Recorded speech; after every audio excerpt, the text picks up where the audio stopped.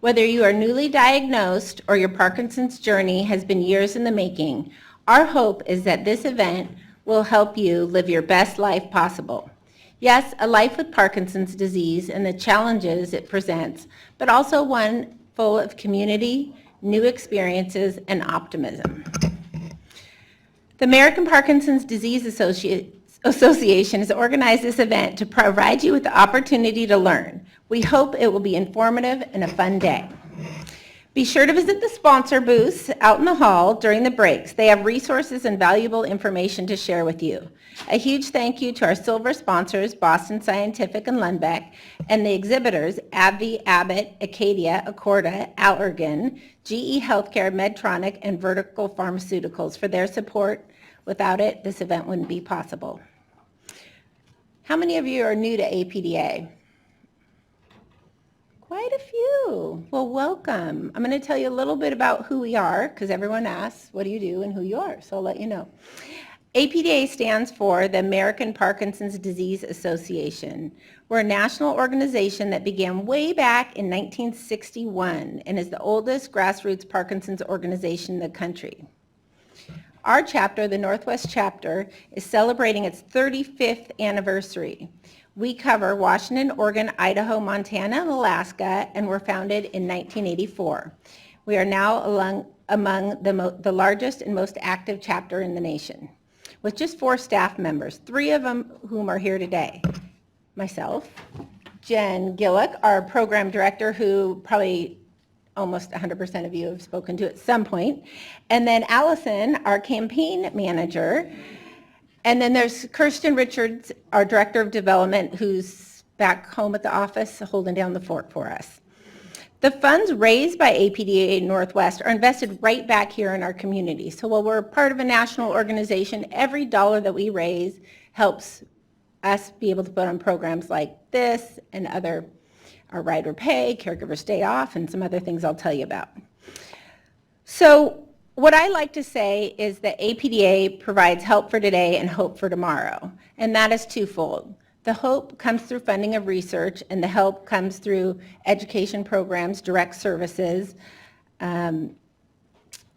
free materials to those impacted by Parkinson's, exercise programs that we support through community grants, and the hope of funding research. So I know many of you met James from the Washington State Parkinson's Disease Registry over there. If you have not signed up for the registry, I encourage you to do so, whether you have Parkinson's or not. They also need control subjects.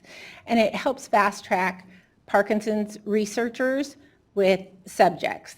And they are not all drug trials. It might be an exercise, it might be an online study. So just consider signing up for the registry.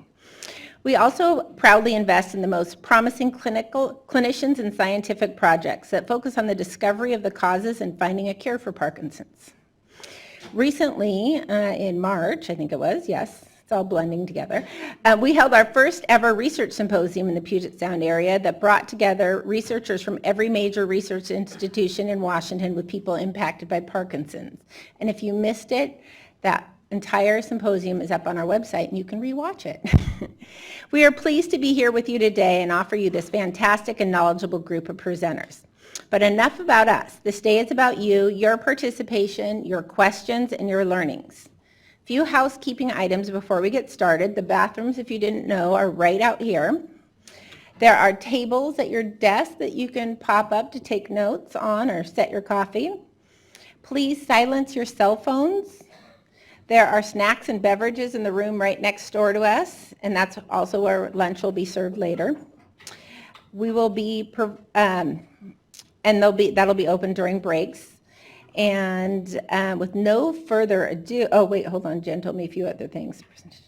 Oh, and all the presentations, just so you don't have to fast and furiously write down everything, will be sent via email next week out to everyone. So you will have those. So with no further ado, I want to introduce Dr. John Roberts. Dr. Roberts is a board-certified movement disorder neurologist who's been treating those with PD here at Virginia Mason since 2000. He is an active and involved member of the PD community and served on the APDA board for 10 years. Dr. Roberts will be talking about motor fluctuations in Parkinson's Parkinson's disease and speak about some of the surgical interventions available for the treatment of motor symptoms. Thank you for being here, Dr. Roberts.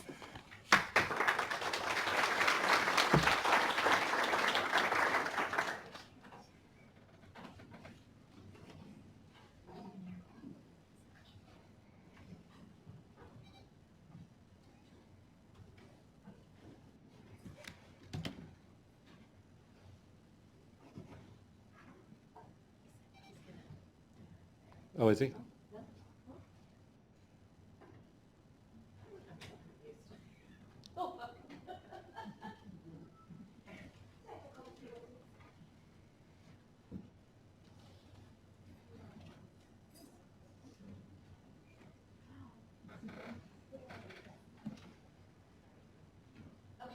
you have your thumb drive? It's because he's going to run it from up there. Okay. Anyone have jokes they want to tell? Yeah, right.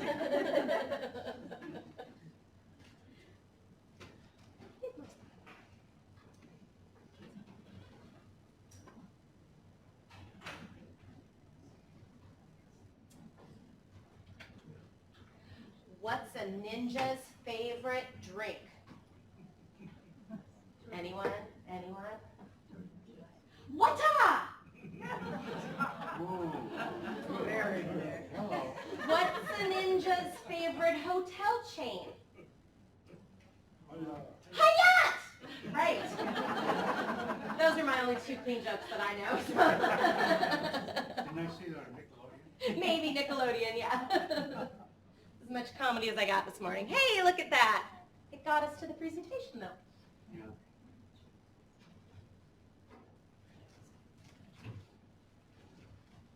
All right, sorry about that. Well, thanks for having me here today, inviting me. And I work for Virginia Mason. I'm not sponsored by any drug company or any manufacturer, so I'm pretty untethered here. I can talk about whatever I want.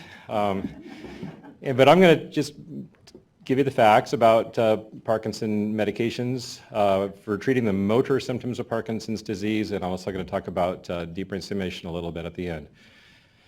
So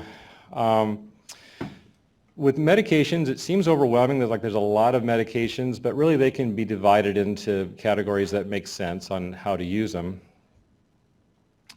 They, first and foremost, are drugs that either are dopamine or pretend to be dopamine. And dopamine is the main thing that's missing in the brain if you have physical and motor symptoms of Parkinson's disease. So levodopa has been the king for a long time. That converts to dopamine in the brain. And then dopamine agonists are drugs that pretend to be dopamine. They're like synthetic drugs that act to be dopamine. We're going to talk about these other ones too, called catechol-O-methyltransferase inhibitors, monoamine oxidase type B inhibitors, a little bit about anticholinergics, and also about amantadine. So we're going to talk about these one by one, basically. So levodopa by far is the most effective medication for Parkinson's disease. It was developed in the 1960s, about the same time the APDA was developed. But levodopa really is ancient. I mean, it's an amino acid. It occurs in nature. And it was just more or less accidentally discovered when some researchers were doing work with hypertension, with high blood pressure. And then they went with it from there. So we have a huge amount of experience with levodopa, with over 50 years of experience. So it's actually, levodopa is actually a shortened name for, it's 3,4-dihydroxyl L-phenylalanine, which is a type of amino acid. We all make our own levodopa naturally. All animals make their own levodopa. Many plants make levodopa too. And it's particularly abundant in certain kinds of legumes, bean plants, like mucuna, and fava bean is where they manufacture it from. But the amount that's in those are still quite small compared to all the other components. But that's how it's distilled.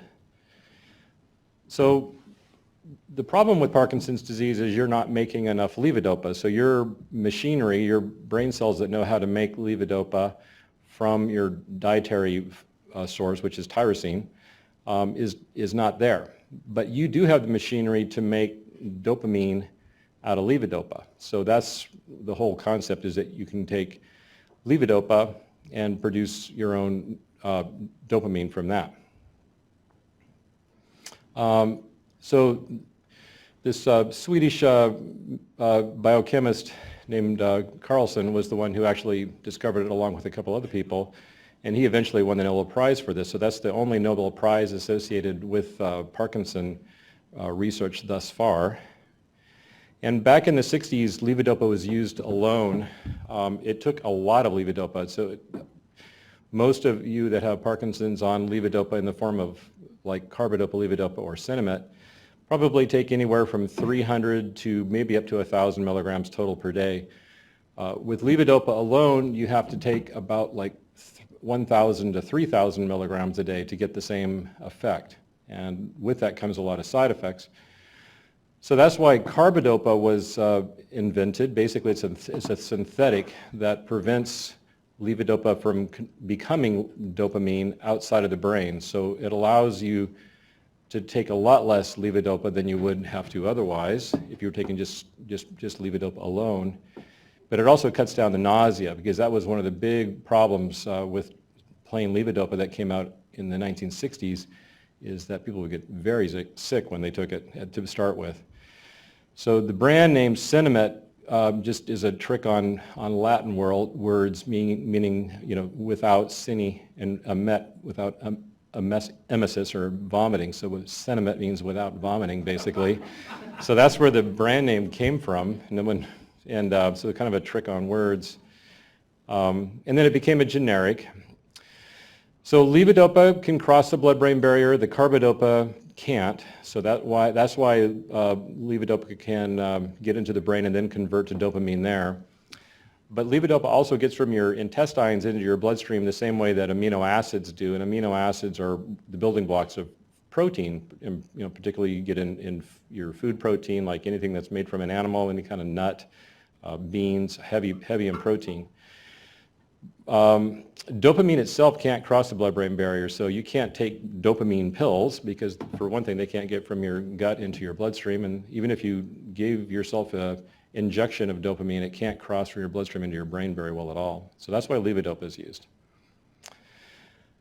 So the first topic here is what we call motor fluctuations, and what that means is that there's people that have had Parkinson's disease for a few years that have very little of their own natural reserve of dopamine will feel wearing off between dosages of levodopa that are taken throughout the day. So commonly, levodopa in the form of levodopa carbidopa is taken at least 3 times a day, sometimes twice a day, sometimes 4 times a day, sometimes many times a day, and people will eventually begin to notice these on-off, where the medication works and then it wears off. And this has to do with the short half-life of the medication. People that haven't had Parkinson's disease for very long still have enough of their own natural reserve of levodopa and dopamine that they may not feel these fluctuations at all, and they actually may have a little bit of ability to store up and release dopamine. But with more advanced Parkinson's disease, that goes away. So this could be a real problem for people have had Parkinson's disease for more than a few years.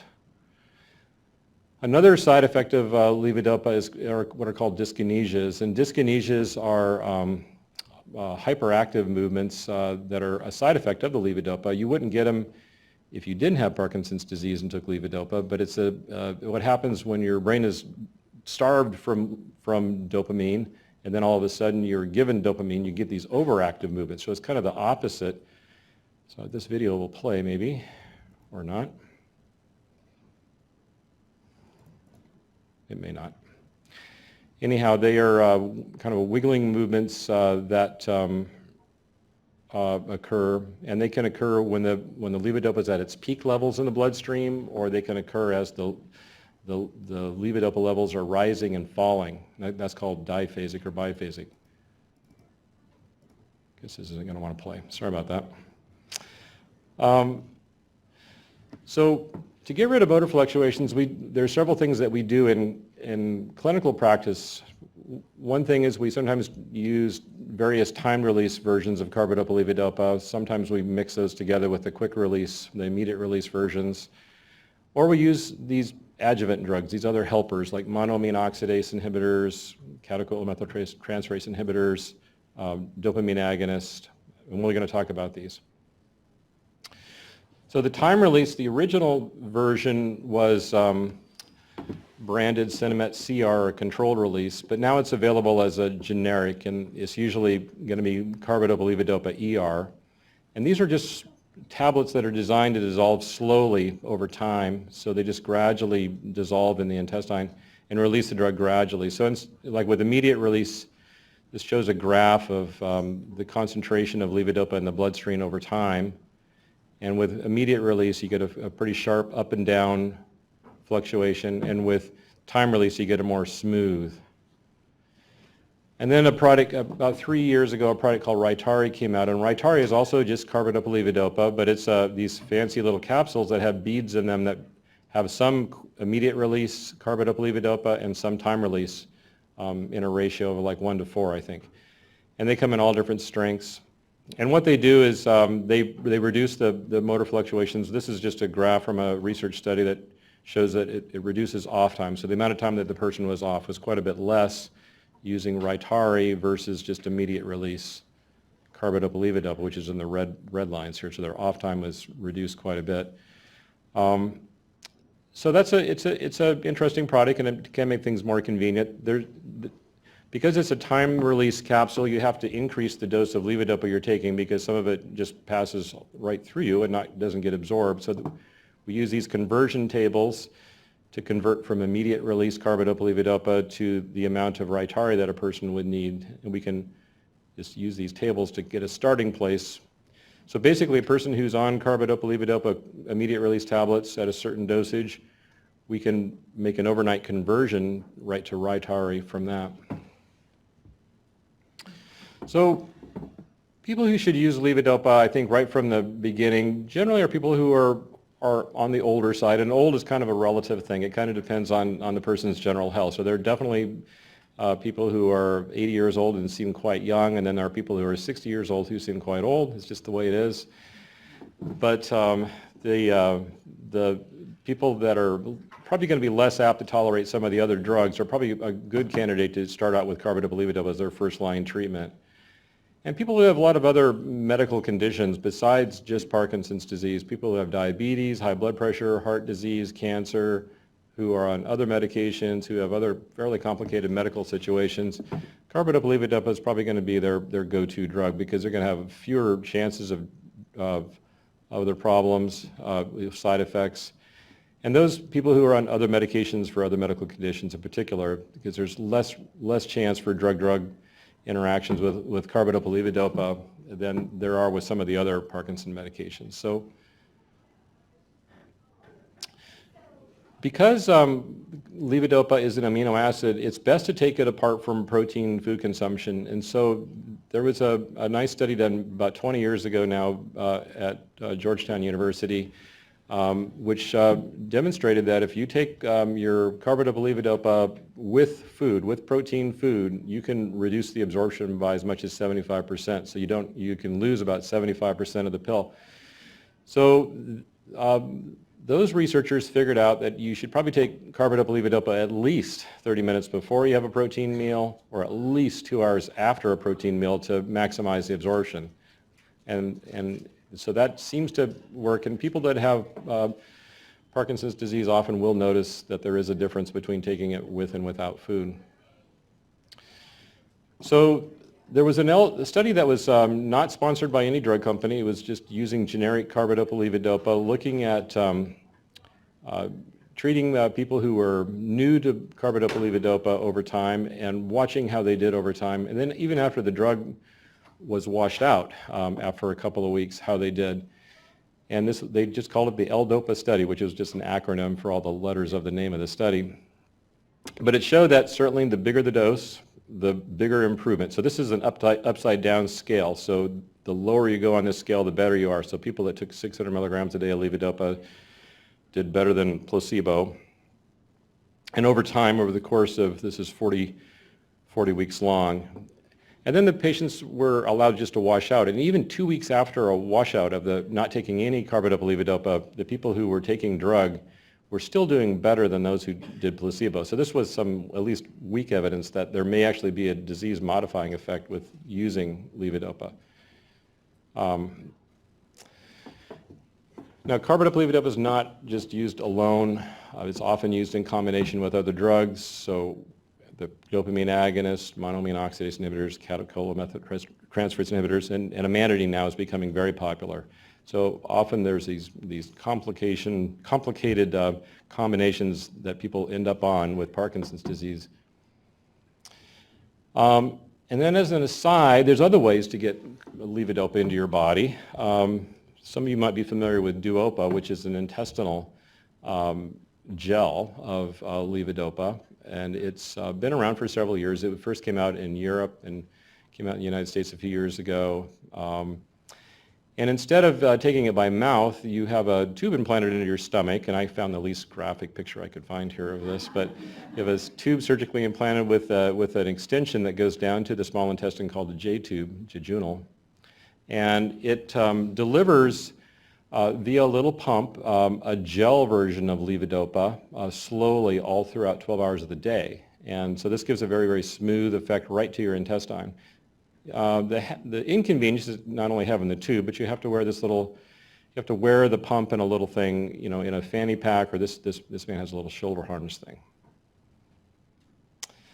And then you probably have heard about this new inhaled version of levodopa. This is really kind of what we call a rescue treatment. It's an inhaler that delivers levodopa straight to the lungs. So you put these two little capsules inside here, and it's a powder, but this thing will basically just allow you to inhale it, just like an asthmatic will use their inhaler.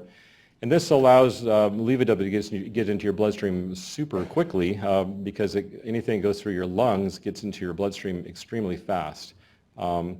This is really used for people that have really severe off episodes, but between regular doses of carbidopa-levodopa and when they suddenly go off or they freeze, can't move, this is a way to rescue and to get back on again within just a few moments. I'll mention another product called Apiken later on that does a similar thing. So monoamine oxidase inhibitors and catechol-methyltransferase inhibitors were developed basically to make levodopa have a longer half-life, to make it last longer per dose. So levodopa has a short half-life, and a half-life is the amount of time it takes your body to use up half the drug. So levodopa is only an hour-and-a-half half-life, which is pretty short for a pharmaceutical. Most makers of drugs try to make pharmaceuticals that have half-lives that are 12 hours or 24 hours long, so they last for hours and hours, just you can take them once a day. But that can't happen with levodopa. So these have been attempts to try to make levodopa have a little bit longer half-life. So levodopa, there's a whole biological cascade that happens when you take levodopa. Some of it breaks down to dopamine out in your bloodstream. Some of it breaks into this other thing called 3-O-methyl-dopa, which is an inactive product. And then some of it crosses into the blood-brain barrier, and then it turns into dopamine, and from there it breaks down. So by inhibiting these enzymes called catechol-methyltransferase and monoamine oxidase, you can kind of slow down the rate of degradation, which in turn makes the levodopa linger longer and last longer, so it can convert to dopamine more efficiently. So the main monoamine oxidase inhibitor that we have out there right now is called rasagiline. It used to be branded Azilect, and it can increase the dopamine in the brain. Even if you take it alone, it will do that a little bit. You build up your own natural dopamine, a small amount. But when you take it with carbidopa-levodopa, it'll make it last a lot, a little longer. Maybe give you another hour or two of on time per day. So it's useful sometimes in people that are newly diagnosed, but it's also useful in people with more advanced Parkinson's disease on carbidopa-levodopa that need kind of an add-on, a little extra boost. And it's pretty easy to use. It's a one-a-day dosing. It can make you nauseated. It can increase dyskinesias if you got those. It can drop your blood pressure, causing hypotension. But usually most people don't have many side effects from this. And then there was an older drug that's similar to rasagiline called selegiline, same suffix. This came out in the late 1980s. It has actually pretty similar benefits, but it, one of the downsides is it can cause insomnia. That's because a little bit of this allegedly that you take turns into methamphetamine, which is just like what it sounds. It's a type of amphetamine, and that can make people have insomnia. So, but it's cheaper because it's an older drug. It's usually on a lower tier on Medicare D plans as opposed to rasagiline, which still tends to be pretty high on the tier plan, so the drug cost is pretty high. So catechol-methyltransferase inhibitors came out in the early 1990s, and there were originally two of them. There was one called tolcapone and entacapone, and you'll notice drugs always have the suffix of the word is often the same, which means it has the same action. Tolcapone was actually more effective. It actually worked better than entacapone, but tolcapone turned out to have toxicity to the liver in a small percentage of patients. So it was actually banned for use in the European Union countries. You can still use it in the United States, but you have to have monthly monitoring of your liver function. So we rarely use it. So entacapone is the one that came to the top of the heap and is the one that we have right now. And it's used together with carbidopa-levodopa to make it last longer. It was originally branded Comptan, so some of you might remember that name, but now it's generic. And it's very simple to use. You just take a 200 milligram entacapone tablet every time you take a carbidopa-levodopa. The main side effect is diarrhea. About 1 out of 5 people can get diarrhea from this. I'm sorry, 1 out of 20. 5% of people can get diarrhea, which is a chemical diarrhea in the gut, and you pretty much have to stop Comptan if that occurs. It will make your urine look a little darker orange, which is not harmful. It's just the color of the drug. There's a combination product also that is carbidopa-levodopa and entacapone all wrapped into one pill, and that's generic now. It used to be branded Stalevo. So some of you are taking either entacapone or this combination pill. Okay, now dopamine agonists were originally developed also probably in the late 60s, early 70s as a kind of an alternative to using levodopa. As a rule, most of them are less effective than levodopa. They pretend to be dopamine in the brain. They act like dopamine, but they're mimickers, so they can't exactly work the same. So in your brain cells that rely on dopamine, they have receptors that are analogous to a key, like a lock, and then the drug, like dopamine or the dopamine agonist, are like a key. So, but an agonist is more like a pick in the lock rather than the actual key. So it doesn't quite fit exactly, and it doesn't turn the lock just quite the same. So it doesn't work quite as well as the real deal, which is dopamine. So, but they directly stimulate dopamine receptors. They don't have to be converted from one to another. They don't have to rely on any neurons in your substantia nigra to be converted, which is great. They don't worry about protein in your gut, so you can take them with food or without food. Most of them have a much longer half-life than levodopa, except for one exception. And they can be used as monotherapy by themselves, or they can be used as add-ons to carbidopa-levodopa or adjuncts. And there's some evidence that if you use these together with carbidopa-levodopa, that they may delay your risk of getting what are called the motor fluctuations and dyskinesias if you take just levodopa alone. That's not real strong evidence, but there is some evidence. They tend to be, you can use them by themselves in people that have milder symptoms, particularly in people that are a little bit younger and have few other health problems, few other medications that they're taking at the same time. They have side effects that are nausea and dizziness, which is caused by a drop in blood pressure, which you can also get with levodopa. But they can also, they're much more prone to cause drowsiness or sleepiness, and so than levodopa does. And so some people taking dopamine agonists can get very sleepy and have sudden sleep attacks, almost like narcolepsy, where they can just go from awake to asleep in seconds. And we've learned over the years that they can cause impulse control disorders, that they can cause compulsive behaviors in maybe up to 20% of people, which is people just get compulsive about things like gambling and shopping or sexual things. And so that can be a big problem, and often the person themselves doesn't recognize that they are becoming that way, but their family certainly is. So we have to be very careful about prescribing these. The two main ones that we have that have been around for years now are pramipexole, which used to be branded Mirapex, and ropenetrol, which was originally branded Requip.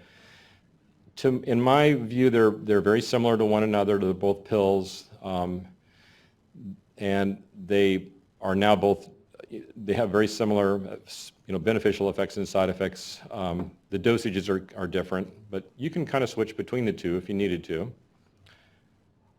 And then Nupro came out. Nupro is is rotigidine, and it is a patch. So instead of taking it by mouth, the drug is worn on the skin and absorbed straight through the skin into the bloodstream, and you have to titrate to a dose that works for you. It's a nice medication. It works pretty well. The problem with it is the cost, and it's often not well reimbursed by some insurances, but it's a very convenient thing to do, just have a patch you change out every 24 hours. And not many people have heard about apomorphine. Apomorphine is another dopamine agonist that's an old drug. It sounds like the opioid, morphine, but it actually doesn't have any opioid qualities. It is a dopamine agonist. It was originally tried back in the 1950s. It caused a lot of nausea and vomiting, but then it was kind of rediscovered in the 1980s. And you have to take it with an anti-nausea treatment when you first start it to get used to it. It's used in Europe as continuous infusions, little pumps that infuse it. And then we in the United States have a pen injector, which is and also a rescue drug, kind of like the inhaled levodopa. So this is, again, used for off episodes. It works very, very fast, but it's a pen injector. You have to prevent nausea when you first start it, so we normally use an anti-nausea drug you can take with Parkinson called Tigan, and eventually you can if you use your apomorphine often enough, you can kind of get used to the nausea. You don't have the nausea anymore when you take it. And so people that have severe off, unpredictable, just like with the Imbregia, the inhaled levodopa, the side effects are it can drop your blood pressure. It can sometimes cause hallucinations. It can sometimes make you drowsy also. And it comes in this little pen.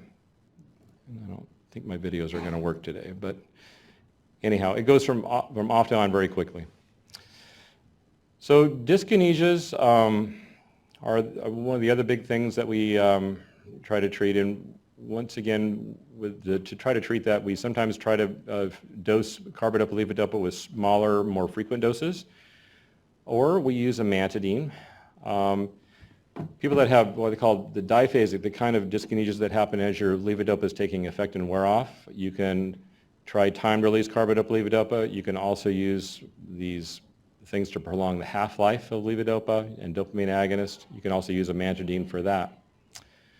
So amantadine is kind of a weird medication. It was originally developed as a treatment for the flu, as like treating flu symptoms, and it was just noticed serendipitously back in the 1970s that people with Parkinson actually had an anti-Parkinson effect, so their physical symptoms of Parkinson's got better when they used amantadine.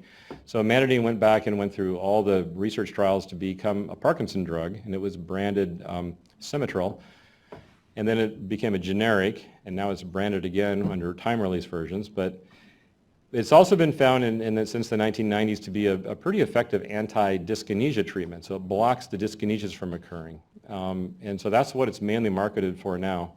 But it also increases on time. It reduces motor fluctuations. So it's commonly added to carbidopa levodopa. And there are generic versions that are relatively inexpensive that you need to take it usually 3 times a day or 2 times a day. And they're either 100 milligram capsules or tablets. There's even a liquid version.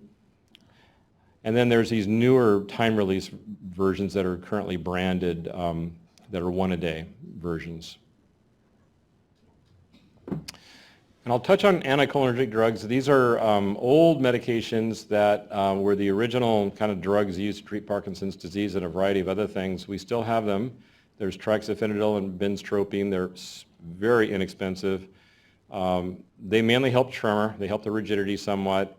They have a numerous amount of side effects because they can cause drowsiness, confusion, constipation. So they're not very popular, but for someone who has a very bad tremor, who's otherwise pretty fit and can tolerate the side effects, we still use these, and they cost pennies a day. They're very, very inexpensive. So try to put this together on how we, at least how we as movement disorder specialists kind of think about treating someone with Parkinson's disease, their physical motor symptoms. You first of all had to be diagnosed with Parkinson's disease, and and then there's kind of this subjective thing about deciding if your symptoms are bothersome or not. And that there's a bit of subjectivity to it. Some people may not be that all bothered by having some mild symptoms and the fact that they can't write very neatly and they have some tremor. They're not bothered. Other people don't want to have any tremor at all. They're very bothered. They have some sort of public position where they don't want to be seen. So anyhow, you have to decide when to start. So sometimes it's a waiting game, just waiting over time and seeing what happens. And then when you finally decide, you can start treatment. And the treatment really kind of depends on the person. For your average patient, carbidopa-levodopa actually is a pretty good choice. But for people that are healthier, fitter, a little bit on the younger side, we got a whole bunch of choices here. You can actually start any kind of medication as the beginning first drug therapy. As the Parkinson's does get worse over time, and it's not because you're on the drug that makes you worse, it's because time goes by and you get more advanced Parkinson's disease. So people that are maybe a little older, have more health problems, you can combine carbidopa-levodopa perhaps with a COMT inhibitor or some other simple thing that doesn't have a lot of side effects. For people who are a little bit healthier, you got a lot of choices of combinations of medications that you can make. And it's all kind of depending on all the circumstances. With even more complications like motor fluctuations and dyskinesias and things like that, with the more average patient, we can try to smaller, more frequent dosing of carbidopa-levodopa using time to inhibit. The time versions are usually not going to be quite as successful as people that have really severe on and off motor fluctuations and dyskinesias. We can use combinations of medications also in the people that are a little bit younger. If everything else is failing, we keep on trying. We switch between dopamine agonists. We try different combinations. But for those who are otherwise doing pretty well and on medication, still have some good time where their medicines work for them, who do not have what we call dementia, which means disabling memory loss, and who are generally under age 76 or so, and no other serious health problems, we consider surgical therapy. And this right now is deep brain stimulation. So deep brain stimulation was developed in the late 1980s, early 1990s. And it had been known for a long time that lesioning, putting just holes in parts of the brain, can help Parkinson's symptoms. So there were surgeries called thalamotomies and pallidotomies that were done in the 1950s and 60s. And then brain surgeons have been using stimulators, electronic stimulators, in the operating room to actually sort of temporarily stun the brain, if you will, in an awake patient that they were doing surgery on, mainly for like doing epilepsy surgery and doing surgery to take out brain tumors. They want to make sure that they're not going to take away that person's ability to speak or take away their ability to move. So surgeons knew about electronic stimulation and how it works, and they knew about making holes in the brain, and so someone just put together the idea that you can put in a permanent stimulator with an electronic device into these parts of the brain, and it worked. So over time, there's two targets in the brain. One's called the subthalamic nucleus, and one's called the globus pallidus interna. And they both have their merits. They're both are about equally effective. And they can treat all the cardinal motor symptoms of Parkinson's disease, except perhaps walking and talking. They also are pretty good for reducing dyskinesia. And really, I think in my opinion, and a lot of people's opinion, when these came out in the 1990s, and it really was the second revolution in the treatment of Parkinson. The first was discovery of levodopa and dopamine, and this really made a big difference. So, as a rule, for people that have more advanced Parkinson's disease, deep brain stimulation is generally better than medication. So people that are good candidates for deep brain stimulation are going to do better on the DBS than they are with medication. It can be really good for bradykinesia and rigidity and the tremor. I don't think any of my videos are going to play today, but sorry about that. But this was a on and off DBS pictures. There's different ways the surgery is done. Most of you have probably heard about awake and asleep deep brain stimulation. We still prefer to do awake because we do mostly subthalamic nucleus deep brain stimulation here, which is a smaller target. And to hit that small target, we like to be doubly assured in the operating room that it's going to work before we lock it into place, basically. So we do make a three-dimensional map of a person's brain. We do what we call microelectrode recording. We listen to the brain, and then we do trials with the person briefly awake in the operating room while they're having the surgery. Some places like Oregon Health Sciences University are now very much doing mostly asleep, which is mostly targeting the globus pallidus interna, the other target called globus pallidus interna. And that's a bigger target, and you can do that with a person asleep and then doing a brain scan in the operating room after you put the electrodes in to make sure it's in the right place. So I'm not promoting any one product here, but this just happens to be the Medtronic that we use here, but we will eventually be using Boston and Abbott's products probably. But they come in all different varieties. They have dual channel, single channel, and rechargeables, and all the companies make different devices. The new thing are directional leads, so they have leads that instead of just being ring electrodes, they can point the electricity in different directions, and there's some evidence that might be better than just omnidirectional leads. So I will stop there because I'm running low on time. So are there any questions? So yes. For about 3 years now, I've been using a smartphone app called GoodRx. And it's free, no commitments. You tell it what drug you're looking for, and it gives you a coupon, tells you where the coupon works, and tells you how much you're going to pay with that coupon. And I found for Rasagiline, it saved me sometimes over $200 a quarter. And it's like insurance, but you don't sign up, you don't pay. So I just wanted to mention that. Yeah, that's great. Yeah, so yeah, the GoodRx thing is something that the pharmacist won't usually tell you about, but if you bring it to them, you get a huge discount on certain things. Any other questions? Yes. Does DBS sometimes make balance worse? Yes, the DBS can make balance worse sometimes, and yes, sometimes if you do it, especially on both sides, have it on left and right brain both, it can once in a while make balance worse. I think as a rule, though, people tend to do a little bit better with their walking and balancing after deep brain. If you look at numbers of people that have had it done, but there is individuals that can actually be worse. Yes? Between going for the thalamus and the globulus. So the subthalamic nucleus and the globus pallidus are the two targets. So with subthalamic nucleus, the advantages are that you usually can reduce your medications a fair amount, noticeably. And the advantage of the globus pallidus interna is better for preventing dyskinesia. So globus pallidus interna is for people that have very severe dyskinesia, it's going to work better. But normally the medication can only be reduced to a small amount with GPI stimulation. Yes, in the back? On transdermal patch treatment.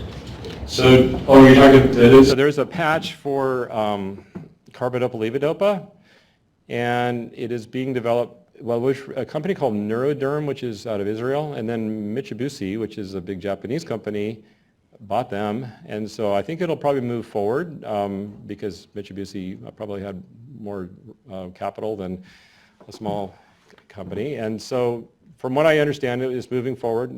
The clinical trials look positive.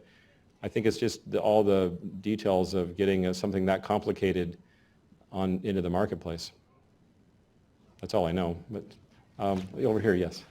I'm a cycle person, so is there any problem with an interaction with MAO inhibitor and a person taking an antidepressant concurrently? That's a good question. So monoamine oxidase inhibitors, traditionally, the non-selective monoamine oxidase inhibitors that were used for treating depression in the past, like Parnate, are not good to take with most antidepressants. These monoamine oxidase inhibitors are selective, type B inhibitors, and it turns out in practice there's not a big problem with normal doses of antidepressants of all types with monoamine oxidase type B inhibitors. There's a cautionary note in the drug, PDR, for example, but it's something that you can do with caution. So, yes. Could you elaborate on the benefits of the waiting and watching, otherwise postponing starting the carbidopa-levodopa for newly diagnosed? Okay, it's a little bit existential, but you're basically, none of these drug treatments that we have yet are really proven to slow down disease progression or to cure the disease. So they're all to treat the symptoms. So there are a lot of people who just prefer not to be on treatment, and that's okay as long as they're getting by okay. So if a person has milder symptoms and they're getting by fine in their everyday life and not really that all bothered, I think both the patient and I are usually comfortable with them not being on treatment. But on the other hand, it's a subjective thing. So some people are, once they become bothered by their symptoms, and that can be, they can't work, or even a social thing. They're bothered by their, they don't want to be seen with a tremor, for example. Then it's appropriate to start treatment. So. Any other questions? Or? Oh, in the back there? Back to the sentiment. Can it cause tremors? Can it cause hallucinations? Absolutely. So sentiment doesn't necessarily cause tremors, but it can cause dyskinesias, and certainly can cause hallucinations, and especially at the higher doses. And so that's why we have to be kind of cautious about not limiting the dose to a certain amount. Yes.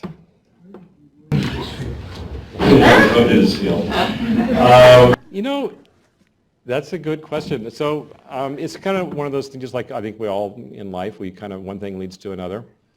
For me, I think my turning point was I was becoming a neurologist, and I had a patient at the VA in Salt Lake City who told me all about his collie. He had a collie. And big story about this collie, and it turned out the collie was a hallucination. So I was quite fascinated by the fact that this man had a collie that was completely a hallucination, and that really fascinated me. And I think that was probably one of the triggering moments that got me interested in Parkinson's disease and how something could do that to someone. But he did fine. He was happy with his collie, but very interesting. So, okay. Is the focused ultrasound? Oh yeah. Okay. So focused ultrasound is right now it's a high energy ultrasound that's used to basically make a little hole in the brain for treating various things. So right now it's being used for essential tremor and targeting the thalamus. So for Parkinson's disease, there's a trial underway right now for targeting the GPI, the globus pallidus interna, for reducing dyskinesias. And it's being done on one side of the brain or the other, left or right, to control dyskinesia. So that's what the research trial is. So there's not a approved use for focused beam ultrasound in Parkinson's disease yet. So in the back there? I've had Parkinson's for over 20 years, 25 years. It's affected my sound, voice. So yeah, so definitely people get voice problems with Parkinson's, even after, which is not, unfortunately, well, voice problems are not well controlled by these drugs or surgeries. There's other techniques for that with speech therapy, which we have a talk about later today. So, yes.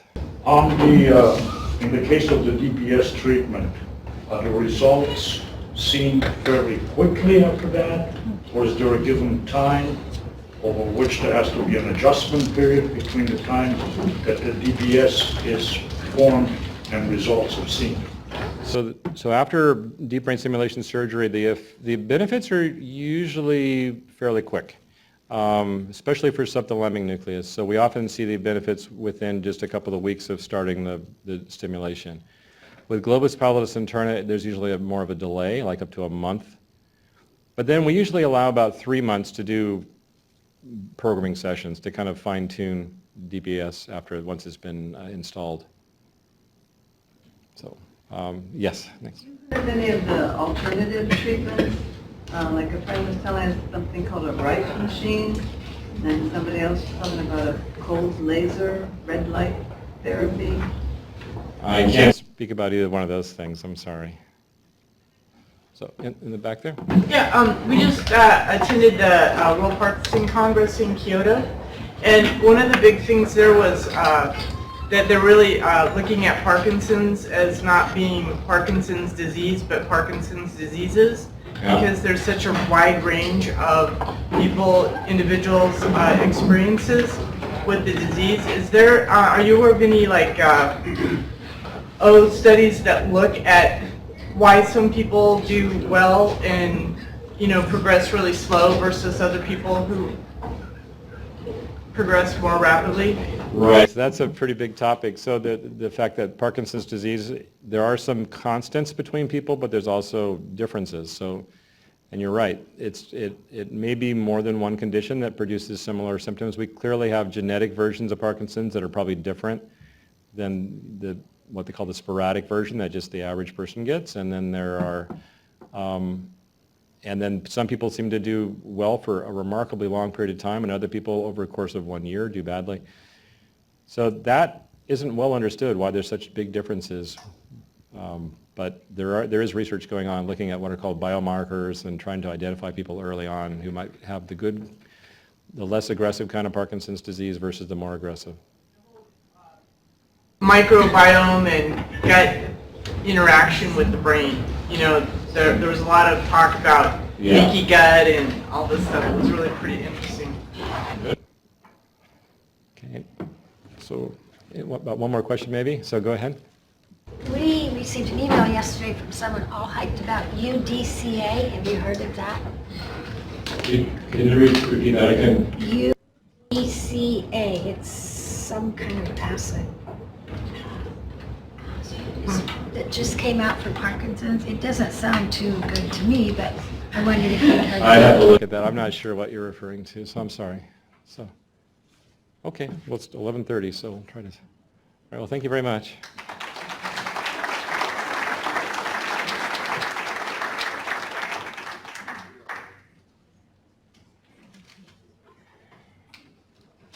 We were taking bets earlier on how long it would take for this banner to fall. Right on, Dr. Roberts. Gotcha. All right, we're done with that. I'll take it. No amount of blue tape was going to help. Here. All right. That was great. Thank you so much, Dr. Roberts. So next, we have a little stretch break. All you feel like you need to move a little bit. We have Dr. Nate Coomer here with us, who is a physical therapist and specializes in the treatment of Parkinson's disease. He is the founder of the amazing Parkinson's Fitness Project, which is doing fitness classes, physical therapy, and online training classes specifically designed for those with PD. He's an amazing community advocate, and he's here to get you moving. Then we'll have lunch right after that. No. are you? That's good. Can everybody hear me okay? Yeah? My name's Nate. As was already said, everybody, how are you doing? I know a few faces out here. I'm a physical therapist, like Gene said. Oh, Shannon! This is one of my best friends right here. So I know you guys have lunch coming. I just want to get you moving a little bit, show you what we do in our classes, why exercise is so important for Parkinson's, so hopefully explain a little bit along the way. I know this is a weird layout for exercise, so I don't want you to feel like you're going to break a leg while you're doing this, but if you want to join out and kind of participate, that's great. I'd love you to. If you want to, you can just do the hand motions from your seat. That's fine as well. But if you guys feel comfortable standing up and making a little space, it looks like there's some room over on the side, and there's a ramp, so that creates a balance challenge for all you guys. Perfect. All right, so I'm just going to get started. We're going to do some easy stretches first, because you guys have been sitting for how long? How long have you guys been here this morning? Too long. Too long! All right, here we go. So we're going to just create a little movement. Let's start off first by just marching high. So a lot of what I'm trying to do with people with Parkinson's in our clinic is get you moving bigger than you think is necessary. You guys have probably already talked about it today, but size of movement is one of the most difficult things that we deal with the disease. Our brain is telling us we want to move one way when we should be moving bigger and larger than that. So we're going to march high, bring your knees up. I want you all to count with me. Let's go to 20. 1, 2, let me hear your voice. 3, 4, 5, 6, 7, 8, 9, 10. Now swing those arms. 11, 12, 13, 14, bigger, 15, 16, let me hear you. 17, 18, 19, 20. You get the doctors exercising over there, man. All right, everybody, intertwine your fingers. We're going to stretch the hands out. How many of you deal with tremor? Just give me a yes. Yes. Yes. So tremor involves the flexors of the hand. We're trying to stretch those flexors out. Open up our fingers, reach as high to the ceiling as we can. We're going to take a deep breath in, and then we're going to blow out and just reach the arms forward. Good, that's great. Now come back up tall, and I want you to pull your hands back. Shake your fingers out. We're loosening up. We're waking up again. Hey, what's up, Jeannie? Good to see you too. All right, this is like a big reunion in here. So I focus on 4 areas of mobility and 4 specific areas that I like to focus on with exercise and what people deal with when it comes to symptoms. So we're going to try to bring function into each one of these exercises today. The first one, how many of you, or partners can speak to this as well, how many of you tend to fall back into the chair when they stand up? Oh! Right? Now, I can't say you're the only one. I've fallen back in the chairs a time or two as well, so don't feel bad. But we're going to work on getting down to that seat and back up. So you guys, now watch out, because those seats fold up, so you're going to end up on the ground if you don't watch it. But when you sit back, that might be a good landmark. This is functional training. We're going to do a squat. We're thinking about large movement. Our feet are wide. We've got stable bases. We feel the weight in the middle of our feet. We're going to reach our hands forward. Remind ourselves how big those hands can get. Spread the fingers out all the way. Let them feel how good it feels to be spread. We're going lowering down. Everybody's coming along for the ride. And we're coming back up. Big shoulders back. Squeeze the shoulder blades. Let your eyes look up towards the ceiling. So we're trying to engage everything. Our visual system is working. We're now looking up. We're not so locked in. Our fingers are spread. We're reminding ourselves how big we can get with our fingers. We're going to do 15. You guys are going to count out loud. I want to hear it, okay? Ready? Carol, I'm listening for you. Feet are wide. Here we go. Down. 1. Up. 2. Up. Squeeze those shoulder blades. 3. Up. 4. Up. Am I going to smile with? Yeah. Up. 6. Up. 7. Up. I'm watching you. 8. Up. 9. Up. 10. A little faster. 11, up, 12, up, 13, up, 14, up, 15, up. This is easy for you. So you just worked on getting in and out of seat with good support, good balance. You worked on reaching your shoulders forward. A lot of times the issue is not about strength. So many people say, I'm weak because of this disease. It's really about where our balance is and what our technique looks like.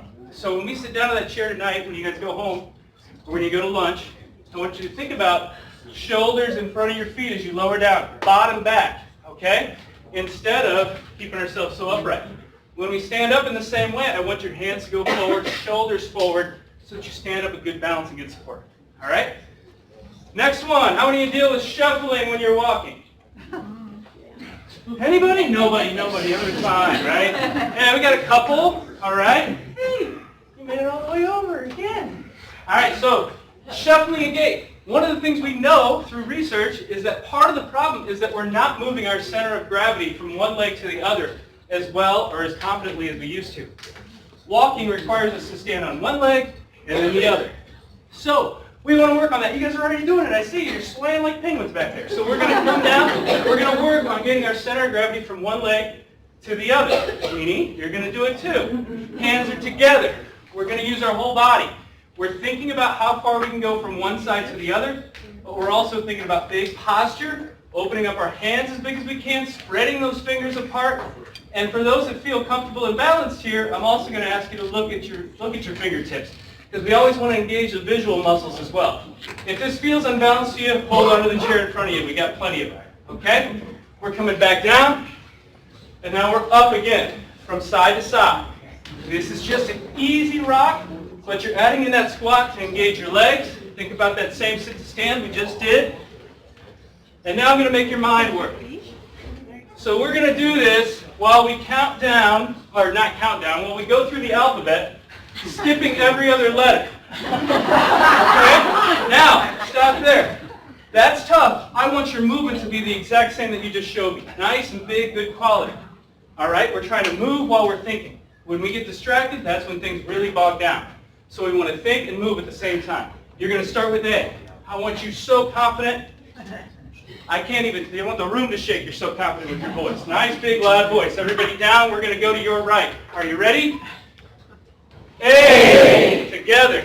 C. Together. E. Together.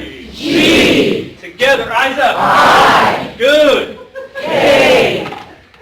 M. Good job. Keep going. O. Let those eyes follow the fingers. U. S. Keep going. U. Good job. W. Keep going. Y. And we're all the way through it. Give yourself a hand. Now we challenge the brain in all kinds of different ways, but that one is more about being distracted and still being able to move with quality. How many of you walk along, talk with your loved ones, and you realize you're moving slower than they are all of a sudden? Or you're engaged in a really busy atmosphere like today, and you're trying to get through the chairs or walk and talk and look at people, and things start to slow down. Or you feel more unbalanced. Anybody feel like that? It's because our cognition and our mind has to work with our body at the same time, and sometimes that's tough to do, but research has shown that if we work on it at the same time, we get better at it. We're better at processing. Okay? We're going to do one more. How many of you have a tight arm when you're walking? One arm stays at your side. Can I get a show of hands? Somebody in here? Yes, somebody in here. Okay, so that's truncal rigidity and arm rigidity. Our arm is connected to our trunk. We need both to swing at the same time. We're going to work on swinging those arms. I want one foot in front of the other. I better get back or else I'm going to knock over the screen. And I want you all to start one hand up. Let's have the opposite hand up. So if you have your right leg forward, your left hand is up. If your left leg's forward, your right hand is up. Everybody spread those fingers out, nice and big. If you can, I want you to feel the weight on your front leg. We're going to come back to the back leg and let that other arm transfer forward. And we're swinging from side to side. Nice big arm swings. That's beautiful. Keep it going. Looking good, Jim. I see you over there.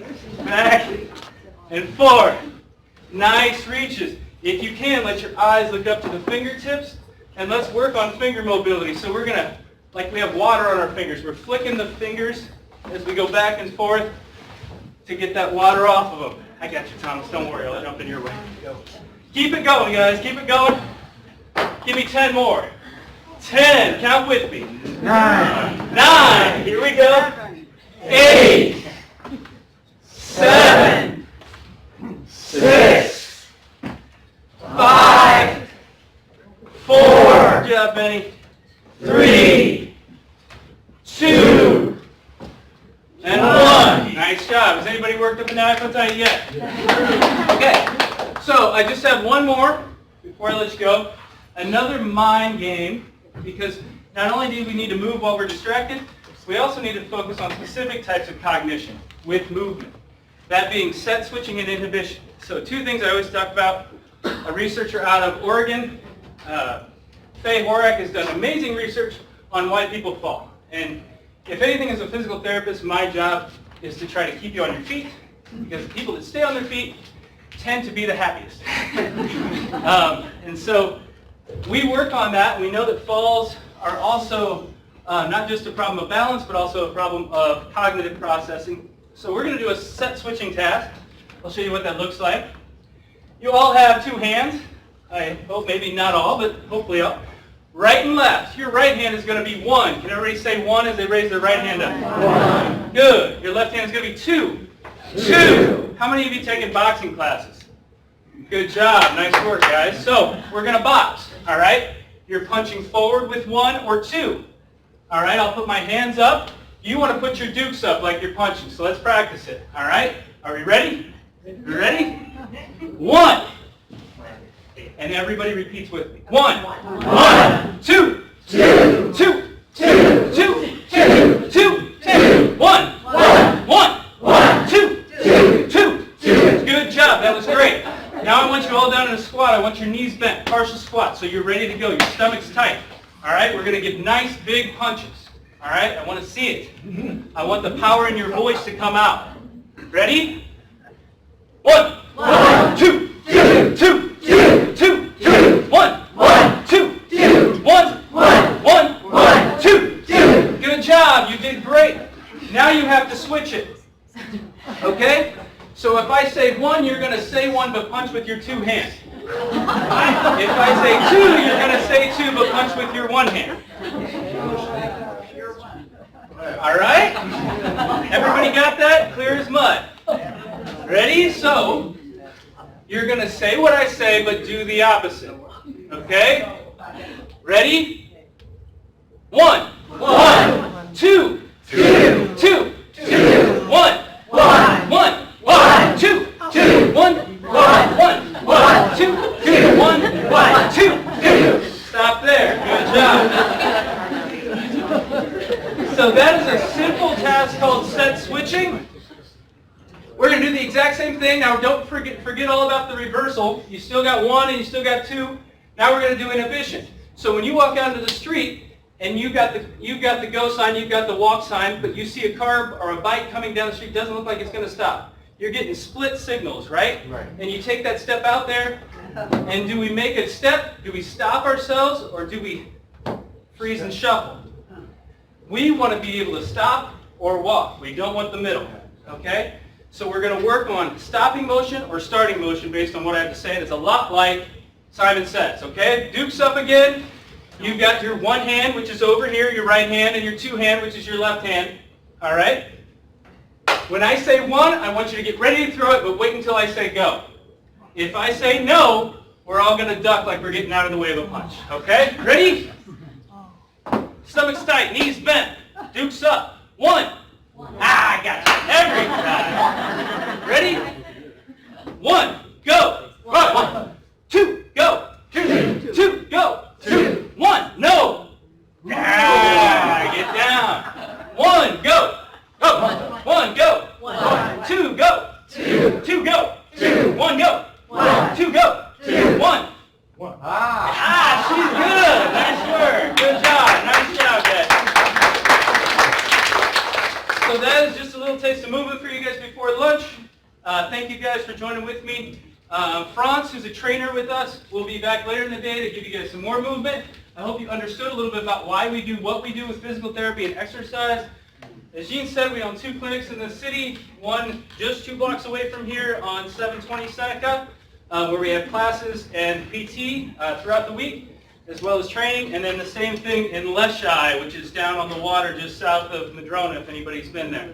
I'll leave my card and some information. If you can't get to our clinics, you can also train with us online. So we have something called the Daily Dose PD. Go check it out tonight, dailydosepd.com. We put up exercise videos every week, multiple videos, yoga, boxing, this stuff, Tai Chi, to keep you engaged, active, and following exercises from wherever you are if you can't get to a class in the city. So, because for some, that's really difficult, and we want you to stay moving every day. So get your daily dose of exercise like you get your daily dose of medicine. Okay, and eat some food. Thank you guys very much. And have a wonderful day.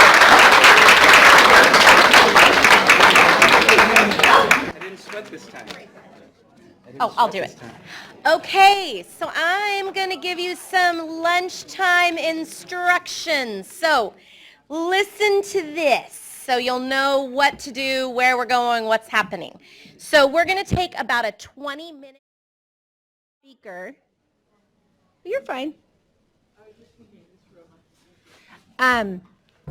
Nate gave us some postcards for his daily dose, plus his business card up at the APDA table. So if you like those exercises and want to know more about Nate and his program, we have those up there for you now.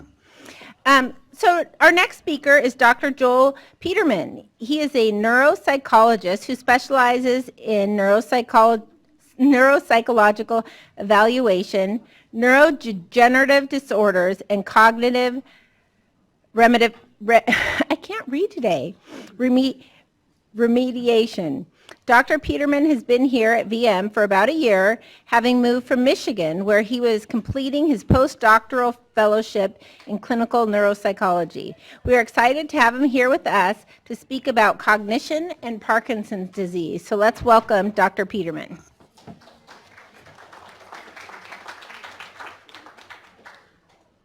Thank you very much. I'm very excited to speak with you all today. And I will be talking about kind of the non-motor symptoms of Parkinson's disease, particularly cognitive function. So I always like to have kind of a roadmap, some goals that I hope that we'll meet with this presentation. But first, I would like to talk about the cognitive symptoms that can be associated with Parkinson's disease. Then we'll shift to kind of learning about some strategies that can help compensate for these Parkinson's disease associated cognitive symptoms, and then have a bit of a discussion about what behavioral changes are associated with optimizing cognitive health as we age. And one of the things about this talk is I'll of course be talking about Parkinson's disease in particular, but I think we all would be hard pressed in here to say that even if we aren't diagnosed with Parkinson's disease, that we don't have cognitive challenges every once in a while. And so, raise your hand if you feel you've never forgotten something. So, a lot of these strategies and recommendations can really be applied to any individual who wants to make sure that they are using their brain as well as they can. So some of the common cognitive symptoms reported by individuals with Parkinson's disease is increased word finding. So when you're speaking to someone and there's that one word you're trying to search for and it's that tip of the tongue feeling, and it isn't that we don't know what it is we want to say per se, like the meaning of what we want to convey, it's just that word. This can also be seen with coming up with names. We see someone coming towards us, they have a look of familiarity, we know who they are, but we just can't pull up their name when we want it. And it can be frustrating, it can at times be embarrassing. Losing our train of thought. So this is when we're, again, in conversation or working on a task, and we're going, and then something goes wrong and we think, wait, why was I telling this story? Or what was the point I was trying to make? Or where was I in this task that I was completing? One of the things that Nate talked about just previously is switching.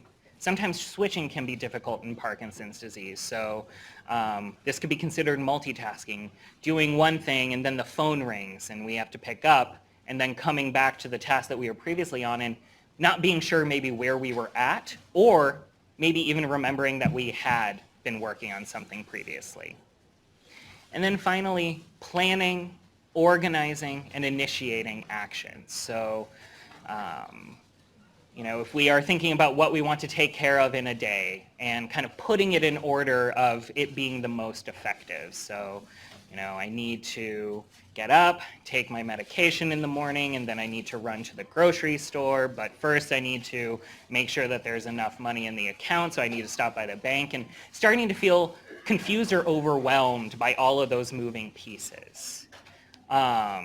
These are some of the most common, but certainly we can also just have difficulty recalling information. So maybe a recent conversation that we've had or a recent event that occurred where we find that we aren't remembering it if someone else brings it up to us. You know, we think we've been in that situation of someone says, remember we were talking about that earlier, we were going to be, you know, meeting up with our friends this Friday, and at first we maybe have that sense of, no, I don't remember that conversation, but sometimes provided with some cues, you know, being told when maybe we had had that conversation of where we were at or some kind of distinguishing feature can help pull that information into our mind. Memory problems by and large are often less reported in Parkinson's disease than they are in things like Alzheimer's disease, but we certainly can still experience those challenges in our day-to-day lives. Do these kinds of, you know, these listed here, do they resonate with people in this room of, yeah, I'm hearing some, oh yeah, and it can be challenging. Yes?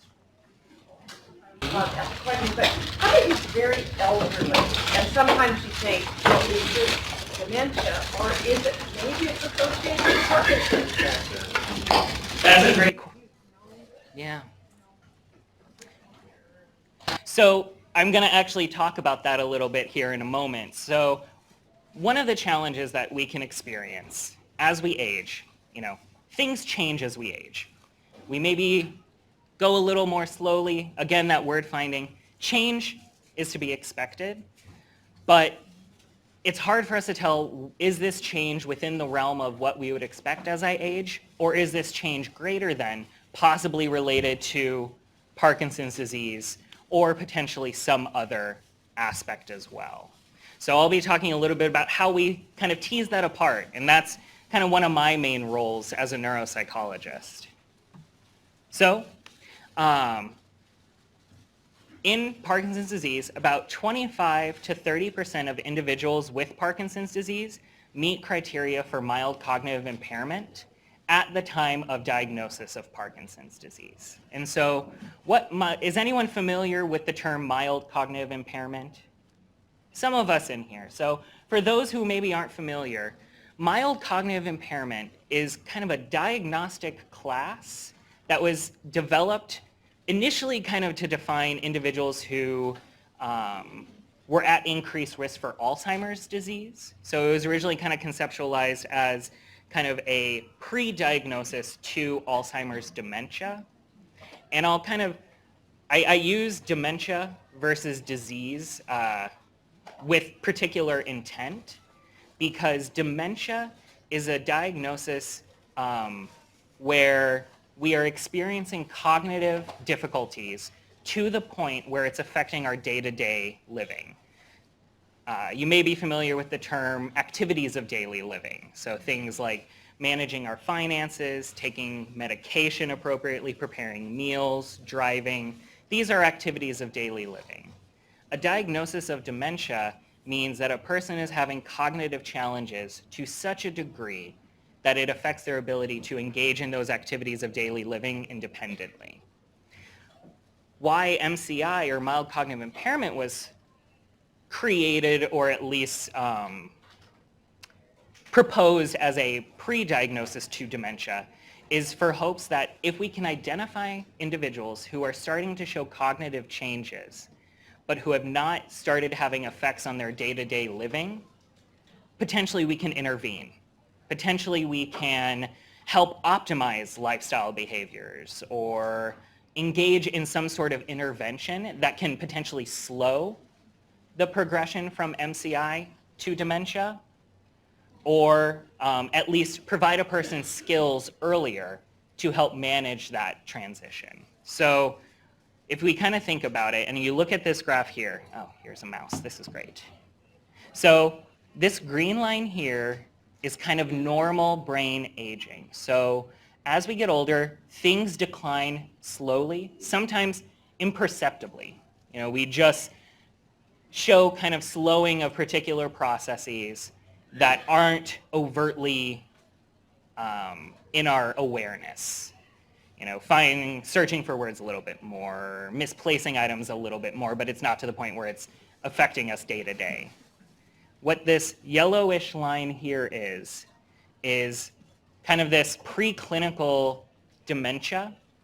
So a person is having difficulty, you know, they're kind of going along the same path as someone who has normal aging, but then they start to experience quicker decline in cognitive function, and we have kind of this MCI stage. So this is where a person is maybe noticing, you know, memory challenges, processing speed challenges, so the rate at which we can kind of take in information, but still living their life.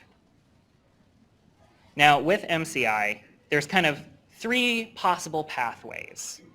One is we may revert back to normal cognitive function, and so a person can have cognitive challenges for reasons other than a neurodegenerative process. Potentially if they're depressed.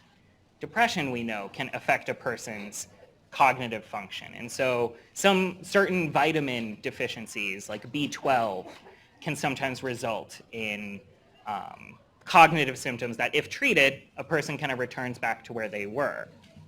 Then there's also, we can stabilize. So we show a drop in cognitive function, but we kind of just stay there. And this is kind of where we are now. And then there's also kind of continual decline where we convert from mild cognitive impairment to dementia. Any questions about this graph here or kind of this dimension of normal cognitive aging, MCI, and then dementia? So, yes. No worries. What about hearing loss?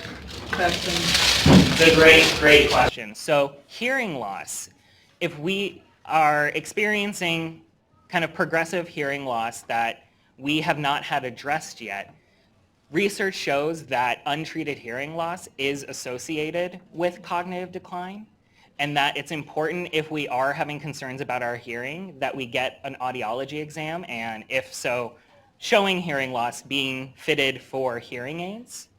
Just because what can occur is whatever signal's coming in, you know, whatever someone is saying or what we're trying to hear is going to be degraded. You know, if we have hearing loss, we aren't going to catch everything.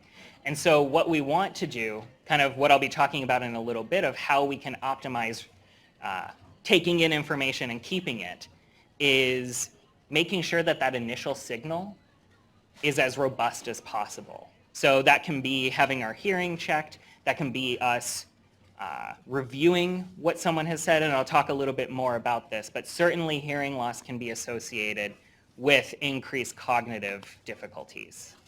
Yeah? What types of interventions have been shown to be beneficial for people with early MCI to late MCI? I'll be getting to that towards the latter half of the talk. Strategies for working with people with MCI? I have that coming up as well. Thank you. You perfectly teed it up for me. So the way that we define mild cognitive impairment is an individual needs to have subjective cognitive concerns. Either themselves or maybe a family member needs to be concerned that there are changes going on. You know, that maybe their memory isn't functioning as well, or maybe they aren't focusing as well in conversation. You know, we know that that can fluctuate in Parkinson's disease as well, that maintaining our focus and concentration on tasks can be more difficult. We might find we drift off in conversations and then come back in. So we need to have subjective concerns, a person being concerned that something has changed in their function. We also need to have objective cognitive impairment, and that's kind of where I come in, as well as speech-language pathologists can be involved in this sort of identification as well, because what we use are normative cognitive tests, most of them paper and pencil, to look at the various cognitive functions of an individual. Well, I won't ask this, so no one has to, but oftentimes, if someone is feeling that they're noticing cognitive changes, they may be referred by their neurologist or their primary care provider to a neuropsychologist for one of these evaluations. And then, additionally, to meet criteria for mild cognitive impairment, one still needs to be independent in their activities of daily living, or else we're starting to talk about concerns for dementia. So, some of the self-report that we hear is difficulty remembering people's names, forgetting conversations, searching more for words, forgetting intentions. This is the frustrating issue of we're in one room and we realize, oh, I need to go up to the bedroom to get my glasses. We get up to the bedroom, we step into the door and we say, what was I coming here for? And we stand there and we try to think, and then we go back down into the family room, and of course it's back in the family room that we're like, oh, my glasses. So forgetting intentions is losing that kind of internal train of thought to complete a goal that we had set for ourselves. And then of course, parking maybe here at Virginia Mason where all the parking levels look the same, or parking, at one of the big box stores where there's a large parking lot. That issue of we maybe aren't fully paying attention to where we park when we initially do so, and we go in, we run our errands, and we come out and say, where did I leave my car? And we start to hit the alarm button to try to hear where it is. So, objective cognitive impairment is typically identified through a neuropsychological evaluation. And as I said, we use normative tests of cognition. And as I had kind of said earlier, change is inevitable, but not all change is the same. And so we use these cognitive tests to compare an individual's performance in various cognitive domains, and I'll talk a little bit about what those are in a moment, compare their performance to other individuals of their same age, and in certain instances, educational background. This kind of gives us a bit more objective data to kind of hang our hat on to say whether the challenges a person is experiencing would be within the realm of normal or normative, or if it's greater than that. And so here I have individuals seen kind of the bell curve before. It's this normal distribution upon which we believe most cognitive functions lie. So if you take the population, most people are kind of here in the middle. That's why the curve is so tall, is most people are there. And then some people are, better, showing stronger performance or, greater ability in a particular domain. You can kind of think of this as height.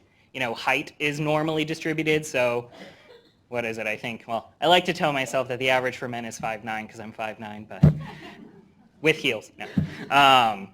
Most people are of a particular height, and then we have some individuals who are quite tall, NBA players. And then we also have individuals that are, less than of a normative height or of a normative cognitive function. And so what I look at is if someone is starting to perform kind of in this range here on a particular cognitive measure, I start to be concerned that they're having significant and outside of what we would expect with normal aging difficulties in a particular cognitive domain. So when performance is starting to be in this range, that's when we start to get concerned. And oftentimes in early MCI, in the earlier stages, we might see most cognitive function kind of in this range here. Maybe someone has some strengths in particular areas, but there could be performances down here that are a bit lower. And so oftentimes in Parkinson's disease, that can be initial learning of information, kind of processing it. We can get overwhelmed. We've all been in that situation where someone comes up to us and they're like, I need you to do this, and then I need you to do this, oh, and then this, and we just get overwhelmed. We say, slow down. That's too much information. I can't process it all. We also see this kind of in motor speed as well, kind of the rate at which we can complete tasks, as well as switching, as Nate earlier had said. Unfortunately, though, oh, yes?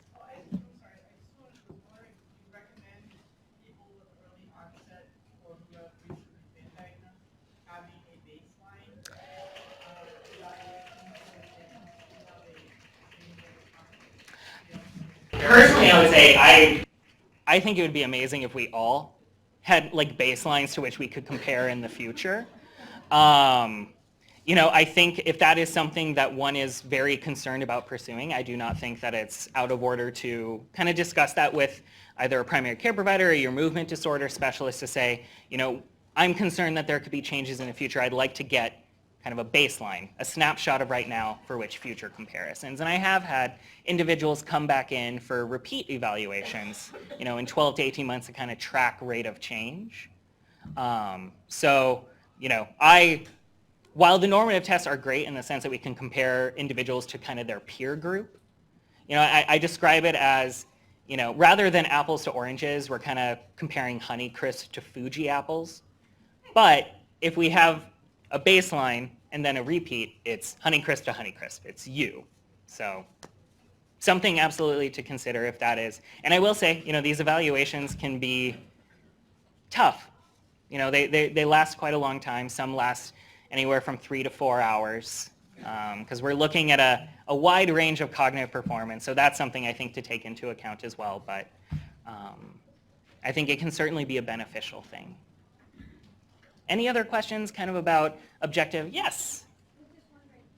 Does that go under the usually covered by the insurance, and aren't they quite expensive? So a neuropsychological evaluation, if not covered by insurance, is certainly expensive. I think a cognitive evaluation, this is kind of getting outside. I don't deal with the billing side portion of things and reimbursement. I think that that's something that you could speak to one of the financial specialists here to see if your insurance would cover such a thing. I believe Medicare is often quite good at reimbursing such things. So if one is over the age of 65, I think that can be one of the things that's covered, but don't hold me to that. I know about cognition, I don't know about finances. Any other questions about this slide before I move on? Little units that you're... It's a great question. So these down here indicate standard deviations. So this is kind of getting into the math of it all. But what this means is that within one standard deviation, there's about 68.2% of the population that functions within one standard deviation. 2 standard deviations, we get even greater. And then 3 standard deviations, it's practically everyone fits within there. But as we can see, if we're a particularly high-functioning individual, if we're somewhere 2 standard deviations out, we're looking at, kind of the 98th percentile of performance. So we're thinking height-wise, we're thinking, oh goodness, I don't know basketball that well. But, quite tall or quite proficient in a particular cognitive function. So the areas of cognition that are often looked at during a neuropsychological evaluation, we kind of group it into domains, but these domains aren't hard and fast. Certainly, things like attention can influence learning and memory. Executive function can influence one's language abilities, how they want to, express themselves most efficiently. But visuospatial processing is kind of our ability to analyze our visual world and process what it is that we can see. So understanding kind of distances between things, how objects relate to one another. So we're using visual spatial processing a lot of times when we're driving. We're kind of monitoring our environment. How far is the car in front of us? Do I have enough space between me to stop in time? These sorts of things. We notice kind of cars moving into our lane or not. So additionally, we also use our visual spatial processing. If we open up our medicine cabinet in our bathroom and there's just a ton of items in there, sometimes we can feel a bit overwhelmed, kind of visually overloaded. These are kind of the aspects that we're looking at with visual spatial processing. Attention, It's kind of how I think we talk about it colloquially, you know, our ability to sustain focus on a particular task or topic. Also shifting attention back and forth, paying attention to one thing and then another. Language are things like our fluency of speech, what words mean, you know, what things are, recognizing, you know, me seeing this and knowing that it's a water bottle. Learning and memory, so taking in information and then recalling it at a later time. And then executive function is kind of a class of abilities such as planning, problem solving, reasoning, kind of very frontal lobe dependent function. So when we were doing the physical exercises and what he said, that inhibitory control, so when he said one, but then no, inhibitory control is us stopping. You know, that's stopping a movement, but also stopping an action before we engage in it. So maybe we want to say something, but then we stop ourselves because we have a better mind that maybe that wasn't an appropriate thing to say. And then sometimes other things just slip out. But that's inhibitory control. Any questions about these areas of function?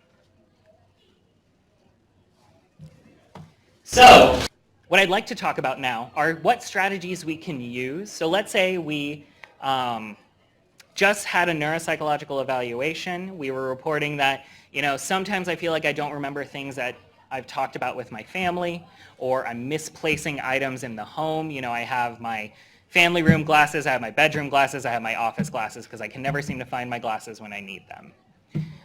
Anyone using that technique? Which is honestly not a bad technique if they're kind of cheap readers. You know, just have a pair wherever you are.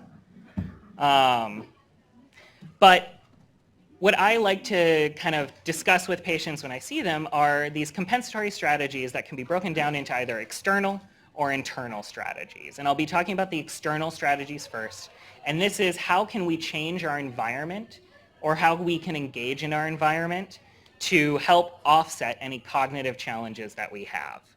The internal strategies have more to do with what can we do at the moment of information intake or when we intend to do something to increase the likelihood that we retain information or make sure that we complete whatever task we had set for ourselves.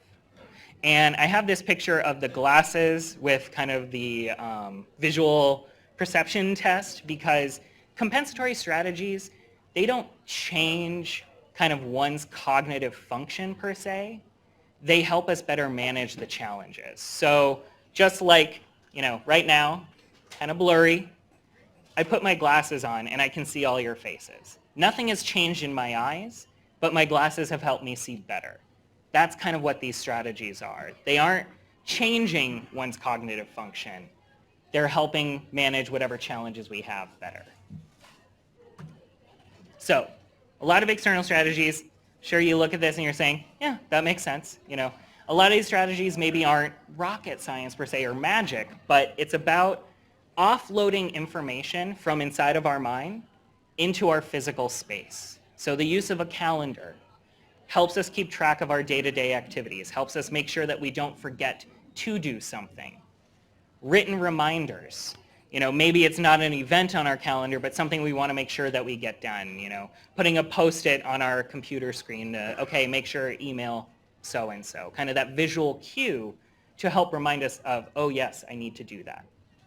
To-do lists, keeping track of what it is that we need to do. I also recommend that when individuals use to-do lists, that if there's a task that's going to require multiple steps, not just writing down, you know, the overall end goal of the task, but what steps do you need to do in order to complete it fully? So we could write pay bills. Well, how many bills? What bills do we need to pay? What within that do we need to get done? It's also helpful because then we get to scratch off more things on our to-do list and have a greater sense of accomplishment. I oftentimes will write things down that I've already done on my to-do list to just be like, look, you did something, Joel.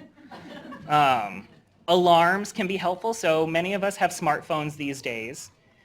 Alarms can be really helpful to not only remind us of things, but they provide a cue again. So our paper calendar, which I think is a great resource to use, doesn't have an alarm on it to make sure that we do whatever it is that we had written in there. But we can use our phone to set up an alarm to say, oh, time to take medication, or I need to be sure I leave home at this particular time, so I'm going to set an alarm for that. Again, kind of these external cues in our environment to help cue us to be on track and take care of the things that we want to take care of. Additionally, the use of pill boxes. I often, it isn't so much that, I've had individuals who say, it isn't that I forget to take my medication, it's I forget if I had. Because it's something that we maybe do daily, and it kind of becomes autopilot, and we maybe don't have that clear memory of a particular instance of taking a medication. A pill box can be helpful because the emptiness of it for that particular time or that particular day cues us as to maybe I don't actively remember if I'd taken it, but the fact that it's empty indicates that it must have been taken. So again, using our external environment to help remind us if we maybe don't have that memory of having done so. Any questions about those strategies? Additionally, a great strategy is, how many have heard this phrase? A place for everything and everything in its place. A lot of these sayings that we have, they stay with us because they work. Keeping things in consistent places reduces the likelihood that we will not find them when we need them. And does anyone want to venture why I have a picture of a toothbrush or toothbrushes? So I call it the toothbrush principle. Would you all bet $1 million right now you know exactly where your toothbrush is? $1 billion. Why is it that is such an obvious thing? Because we keep it in one place and we don't move it. I imagine most of us keep our toothbrush in the bathroom next to the sink. We never have to wonder where our toothbrush is unless maybe we go traveling and it shakes up the system. But we never have to worry about where our toothbrush is because we keep it in a consistent and logical place.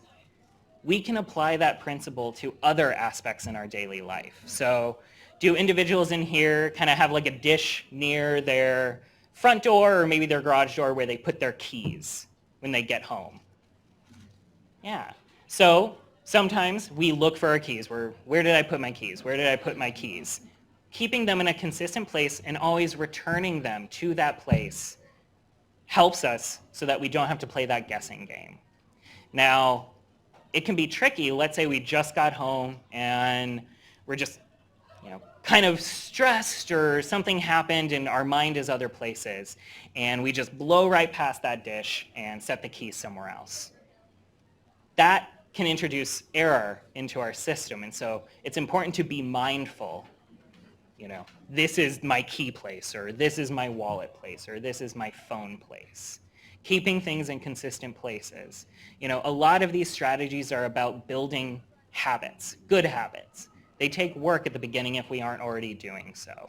But research shows that any sort of cognitive decline that occurs, our habits are quite robust in staying with us, even if we have memory changes or other cognitive changes. It's kind of the same idea of bicycle riding.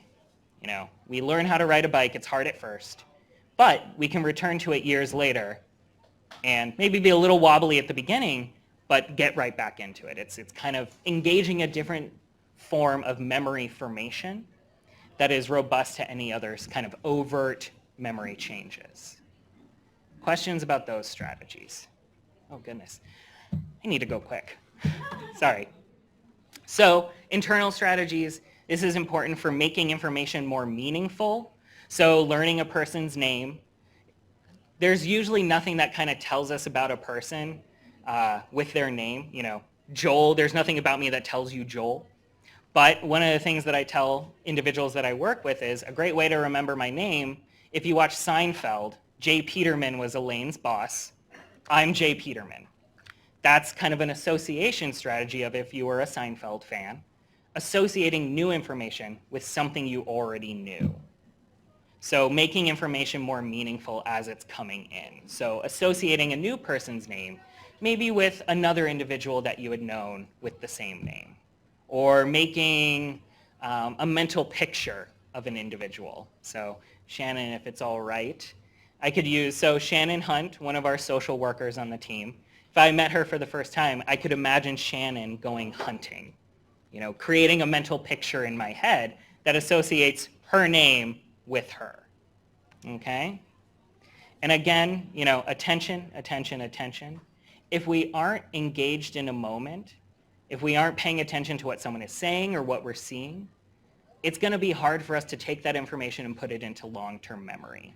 So if we're maybe speaking with family, if we're about to have an important discussion, readying ourselves, being present-minded, present in the moment, can help us take that information in better. Or if we're feeling like maybe right now I'm just not processing information as well, saying, can we postpone this until a time where I'm feeling, maybe I'm a morning person. I feel sharper, more cognitively ready in the morning. Okay? And then stop, see it, and say it is a strategy that we can use for remembering whether we have done something, so again, taking medication, or remembering to do something, like going to get our glasses in another room.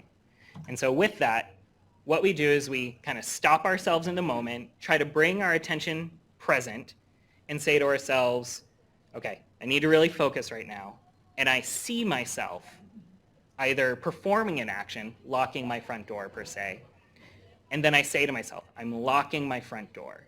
This is just pulling in more modalities of kind of sensory processing. We're imagining ourselves doing it, or we're seeing ourselves do it, and we're saying it to ourselves, so that later on, if we're uncertain if we performed a task, that memory is more likely to be there because we kind of made it unique to something that we do often over and over.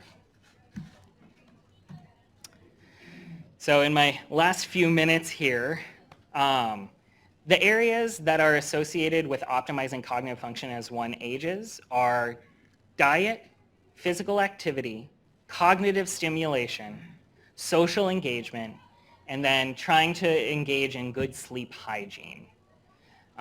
Each one of these has been researched to show that individuals who engage in regular physical activity show lower rates of cognitive decline as they age. Those who stay mentally engaged, learning new things, engaging in new experiences, that's associated with maintaining cognitive function. Social engagement, having important, meaningful relationships in our life.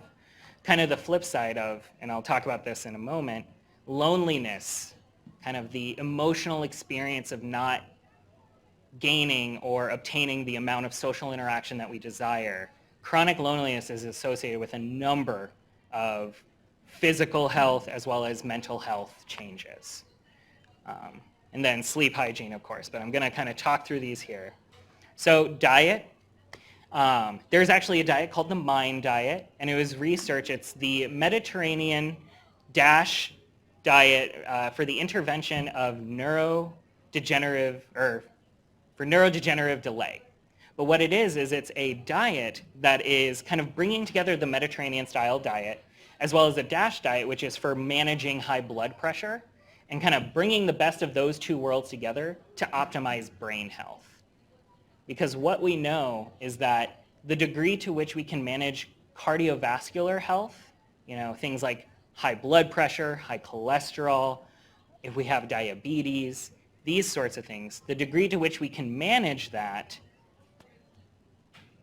helps us maintain our cognitive health. It reduces risk for cerebrovascular events, other things that can affect our cognitive function.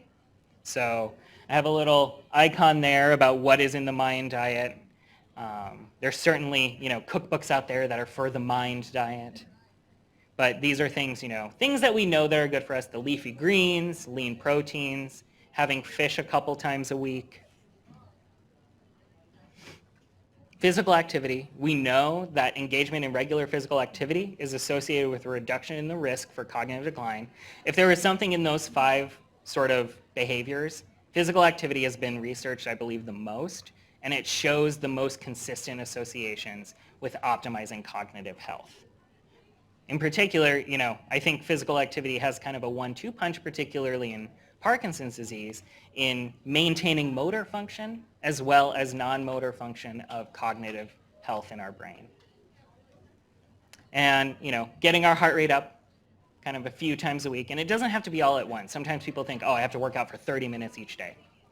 It can be broken up. It's just making sure that we're getting consistent physical activity. So, as I said, loneliness is a little bit different than being alone, but 40% of individuals over the age of 65 report experiencing loneliness at least several times a week. Additionally, about 15 to 30% of the population overall reports being chronically lonely. And this has health effects of increased blood pressure, cognitive decline, increase in depression. It really has significant effects on our overall health. And so it's important to kind of maintain social engagement with others. Finally, cognitive stimulation. It's important to challenge our mind. The brain continues to make connections as we age. At no point do we stop making connections if we're challenging ourselves. And so it's important to, learn a new skill. I know UW has an incredible program where one can go take classes in retirement for a reduced fee. It's a great time to go learn something that maybe you weren't able to earlier in life. But having those chances to stimulate the mind, to engage with information, synthesize new ideas, that really challenges the brain to kind of stay as sharp as it can. It's in the same way that if we don't engage our physical body, we can atrophy. If we aren't engaging our mind mentally, we can have cognitive changes. Some people ask about brain games, so like Lumosity, these sorts of things. The research is still kind of mixed about their ability to kind of improve cognitive function outside of the test that you're doing or the game that you're playing. But I think it's still, if it's something that you enjoy, do that, but then also other things as well. I just get concerned if someone says, well, I'm just going to do Lumosity and nothing else, because that's what's going to change my brain. I think we need to do a lot of different things, keeping ourselves mentally engaged in different ways. Yes? Lumosity. It's one of many companies that offers brain games, so like brain training, these sorts of things. And then sleep hygiene. Non-restful sleep, especially chronic non-restful sleep, is associated with cognitive dysfunction. We know if someone has sleep apnea and it's untreated, that can result in cognitive changes. I've certainly had patients who, once they've gone on a CPAP machine, say, oh goodness, I forgot what sleep could actually feel like, feeling restful. But strategies for restful sleep is reducing blue light exposure at night, so cell phones, TVs, turning those off helps kind of ready the body for sleep. Having a consistent bedtime and wake time. Our body likes a rhythm, it likes a cycle, so letting our body learn when it's likely that we're going to fall asleep and when it's likely that we're going to wake up improves overall sleep. And then not laying in bed. If we go to sleep and we aren't asleep within 15, 20 minutes, getting out of bed, going to do something relaxing, and when we start to feel tired again, going back into bed. Because we don't want our body to start associating our bed with not sleeping. We want it to be associated with sleeping. Alrighty. And then, of course, our emotional health as well. Depression and anxiety can certainly impact one's cognitive abilities. And so managing these symptoms is important for optimizing brain health. This can be done in a number of ways, either pharmacological intervention or psychotherapy. Both have been shown to be quite effective in managing depression and anxiety. All right, I'm sorry, I kind of pushed against the wall of time. I don't know if I have time for some more questions. Sir?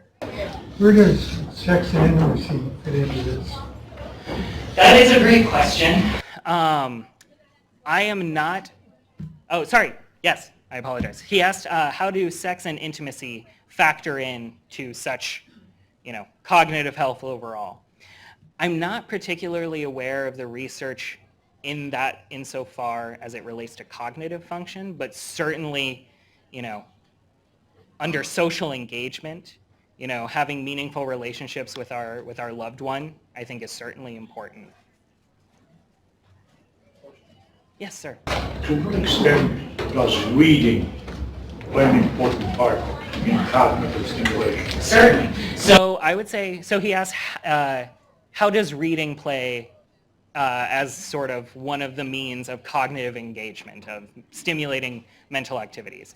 Certainly, reading, we're engaging in mental imagery. We're imagining the scenarios as they're occurring. If we're reading a news article, that's kind of more of like a novel. If we're reading a book, we're holding on to the information to help day to day. We put the book down, pick it back up. We're considering characters' motivations, the story overall. If we're reading the news, we can have a conversation with a friend or family member and discuss kind of implications of whatever is in the current events. But reading is certainly a mentally stimulating activity, and oftentimes people find enjoyable. Even if we have visual difficulties, audiobooks also are engaging kind of the same mental stimulation, paying attention, focusing on what is being said to track the story. So it doesn't just have to be our eyes moving on a page, but just story exposure. Yes. Functions when you read stuff on your phone or on the computer versus reading a book? That's a great question. So I'm not as familiar about the research differences in that domain. I think certainly reading versus not reading better overall. I do know that some of the research in terms of writing things down versus typing something in a computer has effects on later encoding and recall of information. So if we're writing something, we're more likely to recall it than if we type something, which is kind of interesting.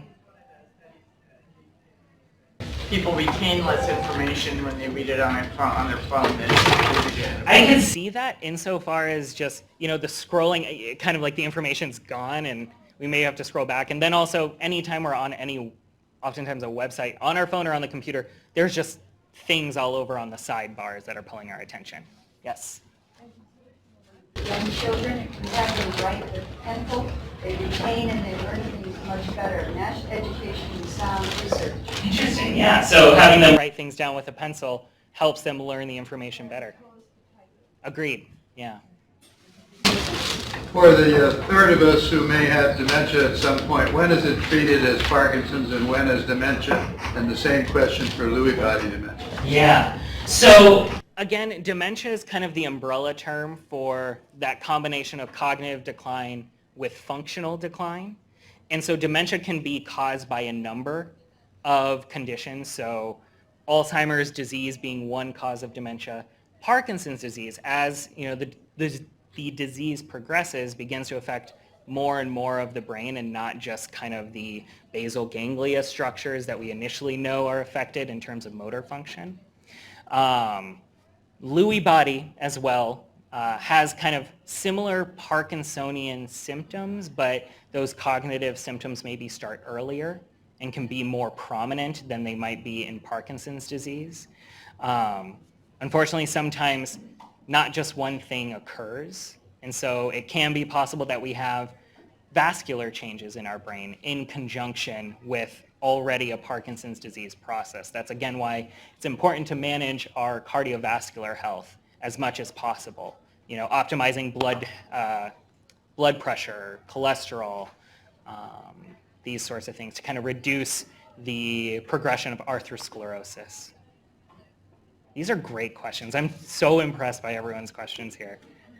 So, I think maybe one more. Is that all right if I go over here? Sir. I heard someplace that for a guy, there are 4 stages of senility.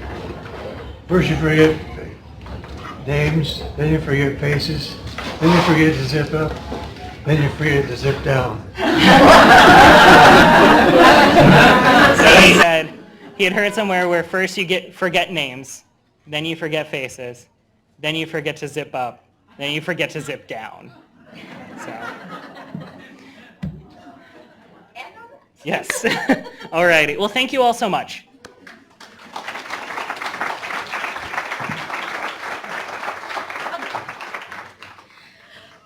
Okay, we are going to take about a 10-15 minute break. So visit the restroom, grab some coffee. We do have more coffee and tea and stuff. We did move it again, so it's back. Speaker, I wanted to point out our brand new, well, it's like a month old, APDA Symptom Tracker app that is available. You can download it on your phone. It is a great app where you can track your Parkinson's symptoms and share it with your doctor. So if you're interested, go to your app store, APDA Symptom Tracker, download it and check it out. All right, so I'm pleased to welcome Molly, our next presenters, Molly and Laurel. Molly is a speech and language therapist who specializes in cognitive rehabilitation, neurogenic speech, language, and voice. And Laurel Beck is a physical therapist, neurological clinic specialist, board-certified neurological clinical specialist. Then both are certified in LSVT Global, which is a program that provides treatment for people with Parkinson's. So please welcome Molly and Laurel.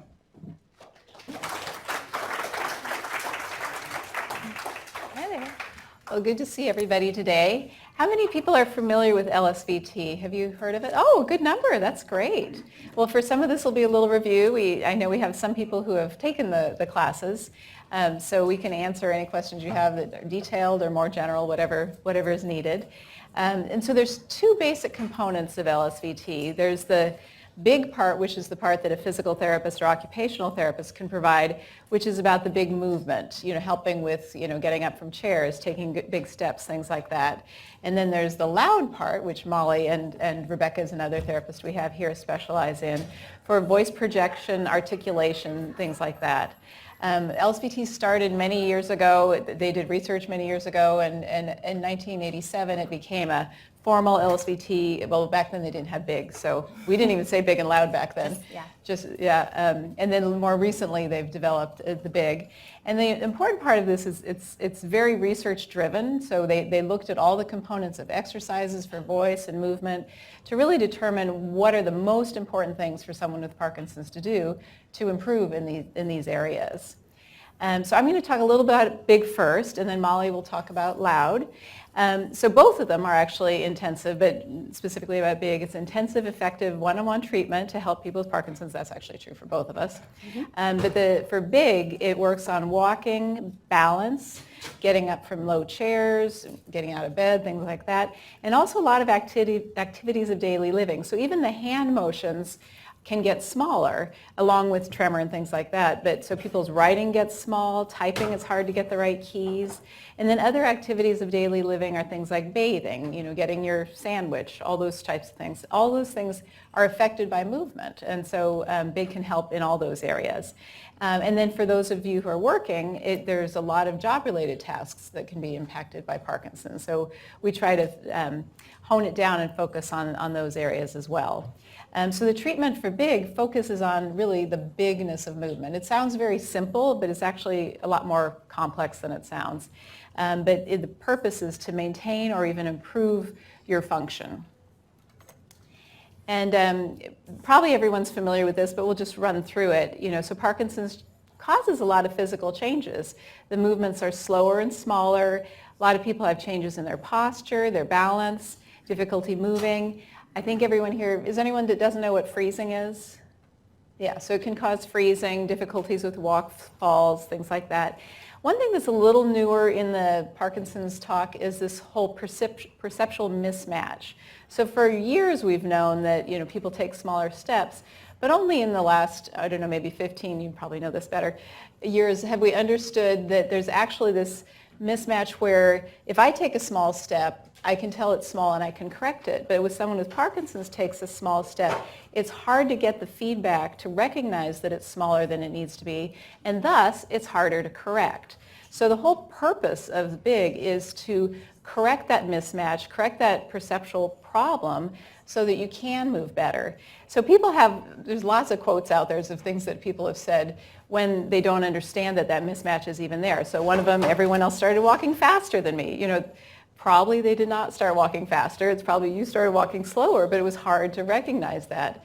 And then one that I've heard in therapy a lot is, so you know how if Parkinson starts, say, on your left side, that arm is going to not swing as much, right? So, we teach kind of these big motions, and when we're teaching the motions, we're teaching it to be the normal size, but it feels gigantic, and so people are like, I'm not going to do that. People will see me, walking funny, so sometimes we use mirrors, filming, different ways for the person to really understand that actually that does look normal when I make it feel like it's 10 times too big. And that's part of what we work on in both types of therapies, is the grading to understand where that level is. Big, particularly, we're working on the big motions. The intensity is a huge part of the learning. So if you just do a casual movement slowly, you're not really going to get that much out of it in terms of how the brain remodels and experiences that. High effort. So a lot of times as we're doing the exercises, we talk about working at kind of a 70 to 80% effort. So you feel like you're really working hard, but you do have energy to do more. You're not like way exhausted. And then saliency is a big part of both therapies too, because we want it to be meaningful. So if someone's real goal is to, let's say, walk to the mailbox, so we develop additional exercises related to those specific goals. So there's a lot of parallels in terms of the exercise design too. In the big part though, there's 7 exercises that everybody that ever does big does. And then there's a set of functional components that are exercises designed on your particular interests, what is important to you, what brings you joy, things that you don't want to lose or want to regain, and so the therapist will kind of design exercises that fit components of that, as well as develop your kind of ultimate goals of what we're trying to achieve with the LSVT, maybe going out and driving to the movies or something, so a bigger kind of functional goal if you want to think of it that way. And so the generalization is a huge part of that goal. So it doesn't matter really what you do in the therapy office if it doesn't help you at home. So all of this is about recalibrating so that you make the right size movement so that you can move normally through the world. It teaches you when you need that extra effort. It's like I'm going through a threshold. I guess I really need to take a long step now. And it also improves your ability just to move and to take care of yourself. So really, kind of, it's globally, I mean, you guys know this better than anybody. It affects you every day in every way. And so the more we can help in all these domains, the better. And this is just sort of a little visual. So with Parkinson's, the concept here is that your movement is smaller than you mean it to be. Your brain's sending out the same message it always did for the movement, but because of the lack of dopamine, it becomes a smaller motion. And so you're doing the same effort. In therapy, we're learning how to do a bigger effort, how to overcome what feels normal to make that bigger motion so it comes out looking normal. And so it might be in this scale 0 to 5 that you have to work at a 4 level for it to then become a normal looking movement, a normal functional movement, so that you can move well. And with that, we'll send to you. Switch it over. So you're going to see a lot of parallels between the LSVT Loud program and the BIG program, because LSVT started with focusing on voice and improving people with Parkinson's speech and their articulation, and then kind of progressed and created the BIG program from that. So similar to BIG, Loud is an intensive, effective, one-on-one treatment developed to help people with Parkinson's disease, specifically with the volume of their voice and their articulation. So like I said, it helps with the loudness, the articulation, the intonation in people's voices, and we do that by treating those underlying physical pathologies. So it uses principles of exercise science and neuroplasticity to help recalibrate the system so that you're using a louder voice. And then the goal again is to help maintain or improve your participation in daily communication. So some common changes that people experience with their voice and their speech is reduced vocal loudness, a hoarse vocal quality, monotone, so just kind of having a flat intonation in their voice, imprecise articulation, vocal tremors, and as Laurel mentioned, there's that perceptual mismatch, so people don't always recognize that their voice is sounding quieter or more mumbled than it used to be. So oftentimes people will say, well, everyone else needs a hearing aid. I'm talking the way I always did, but people can't hear me. It's their problem. Or I feel like I'm screaming if I raise my voice. And that's because their brain is not recognizing that everything has become more reduced and quieter than it was before. Changes in voice and speech occur in about 89% of people who have Parkinson's, so it's a pretty common thing to experience. So how does it work? So just like with the big program, our goal is to increase vocal loudness.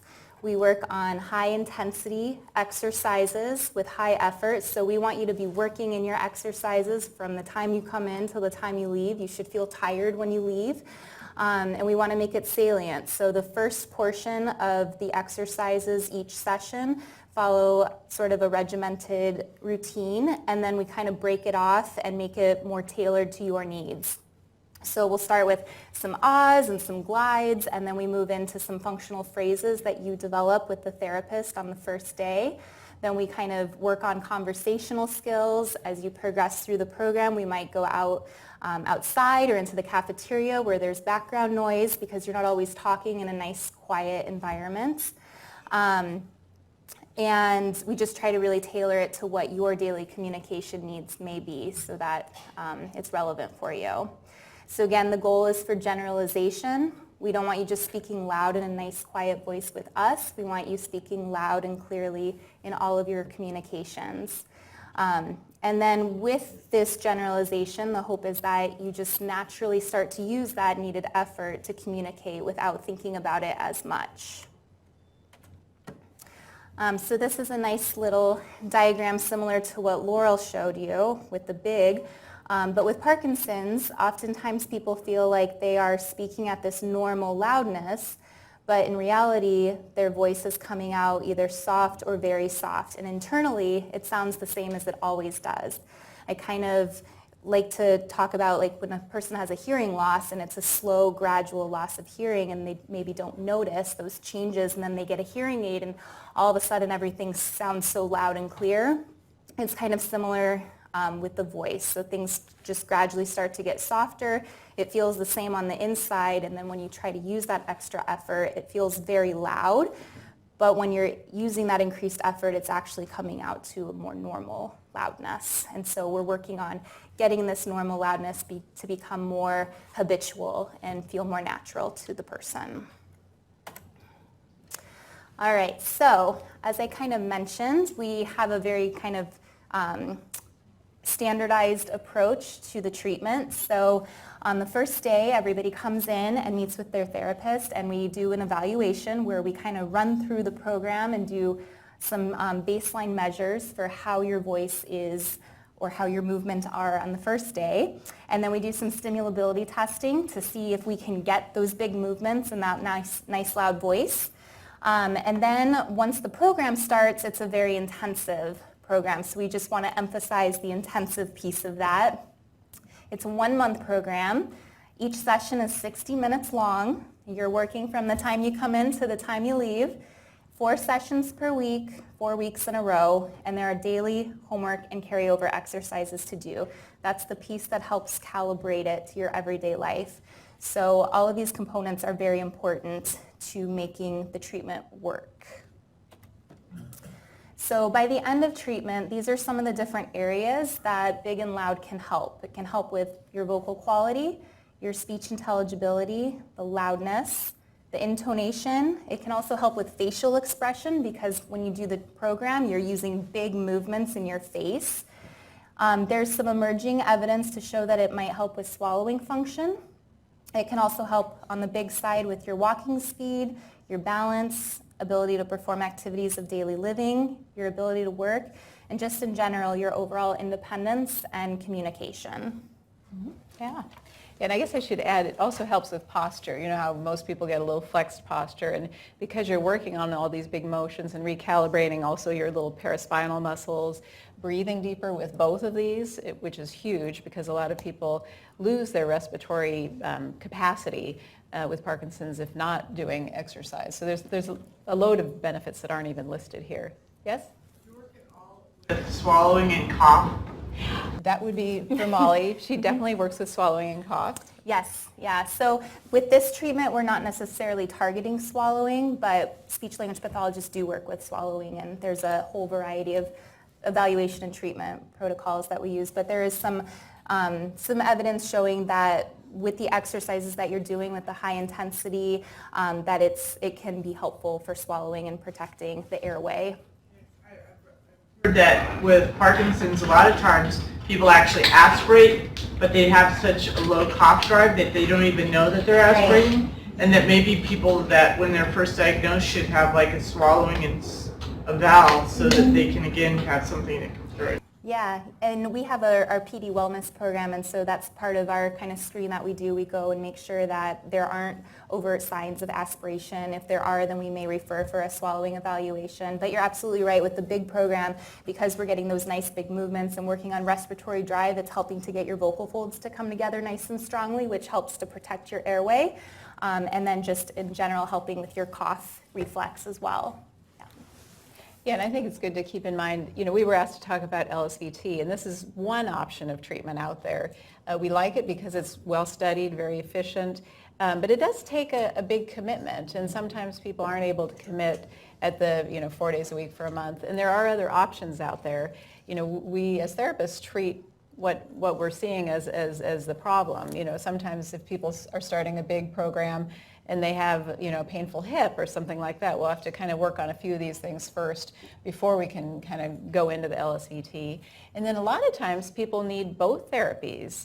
So depending on their schedule, financing, things like that, maybe they'll do loud 1 year and, big the next year, something like that. LSVT talked for a long time about doing the program simultaneously, and they've been talking about that for a long time. So I'm not sure if that's ever coming out. But we definitely don't recommend you do the two in exact parallel because there's just so much work. And you can learn the concepts, but there's homework, and it's a lot of energy. So usually, we take maybe a month or at the minimum off between. But a lot of times it's good to work on one for a few months before you ever consider doing the other.